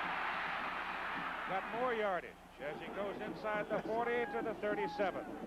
Defensive player of the ball game, Ty Sperling, number 63, Trojan tackle, who had on 3rd and 7 a 12-yard minus yardage sack. On 3rd and 4, he sacked the Bruin quarterback for 12 yards. On 3rd and 8, he sacked the Bruin quarterback for 9 yards. UCLA has just spent its last time out. Only 31 seconds to play in the ball game. Second down and 5 Trojans. USC can sit on the ball, run out the clock, and win their 9th game of the season. Lock up the invitation to be the host team in the Rose Bowl against the winner of the Michigan-Ohio State game next week. So the University of Southern California will receive from Chevrolet, in the names of Charles White and Ty Sperling, $2,000 for their general scholarship fund. And I'm sure that Dr. John Hubbard and everybody, Dick Perry, the athletic director, are happy about that. We will not have a post-game program for you because the game has run a little longer than we anticipated. Though these games this time of the year often do take a little longer than you might expect. Charles White on the day, 33 carries, 145 yards. In the second half, 98 yards. Boy, he is something. And most of those yards coming at a time when they needed him to keep possession of the ball and keep the ball game in hand. McDonald takes the snap, comes back, starts the clock, and that should have been the last play of the ball game. And so a crowd of more than 90,000 people here at the Los Angeles Coliseum see the USC Trojans continue to beat the UCLA Bruins. Very seldom a rout. It's generally a tough ball game. It was tough again here today. But the Trojans jumped for 3 points in the first quarter, 14 points in the second quarter. They've not scored in the final period. The Bruins got an 81-yard touchdown bomb in the fourth quarter. And the final score, as time runs out, Southern California 17, UCLA 10. John Robinson going across the field. Terry Donahue coming out with UCLA Chancellor Chuck Young. He's always on the sidelines with the UCLA football team, and so John Robinson will find the fireside a comfortable place tonight as he runs over to talk to some of the UCLA players. These young players all know each other. Many of them played against each other in high school. Charles White, the offensive player of the game, played out in the Valley, San Fernando High School. USC was able to kill the final 5 minutes and 10 seconds of the game once they got the ball back after the UCLA touchdown. So they sat on it for 5 minutes and 10 seconds, and they won the ball game by a score of 17-10.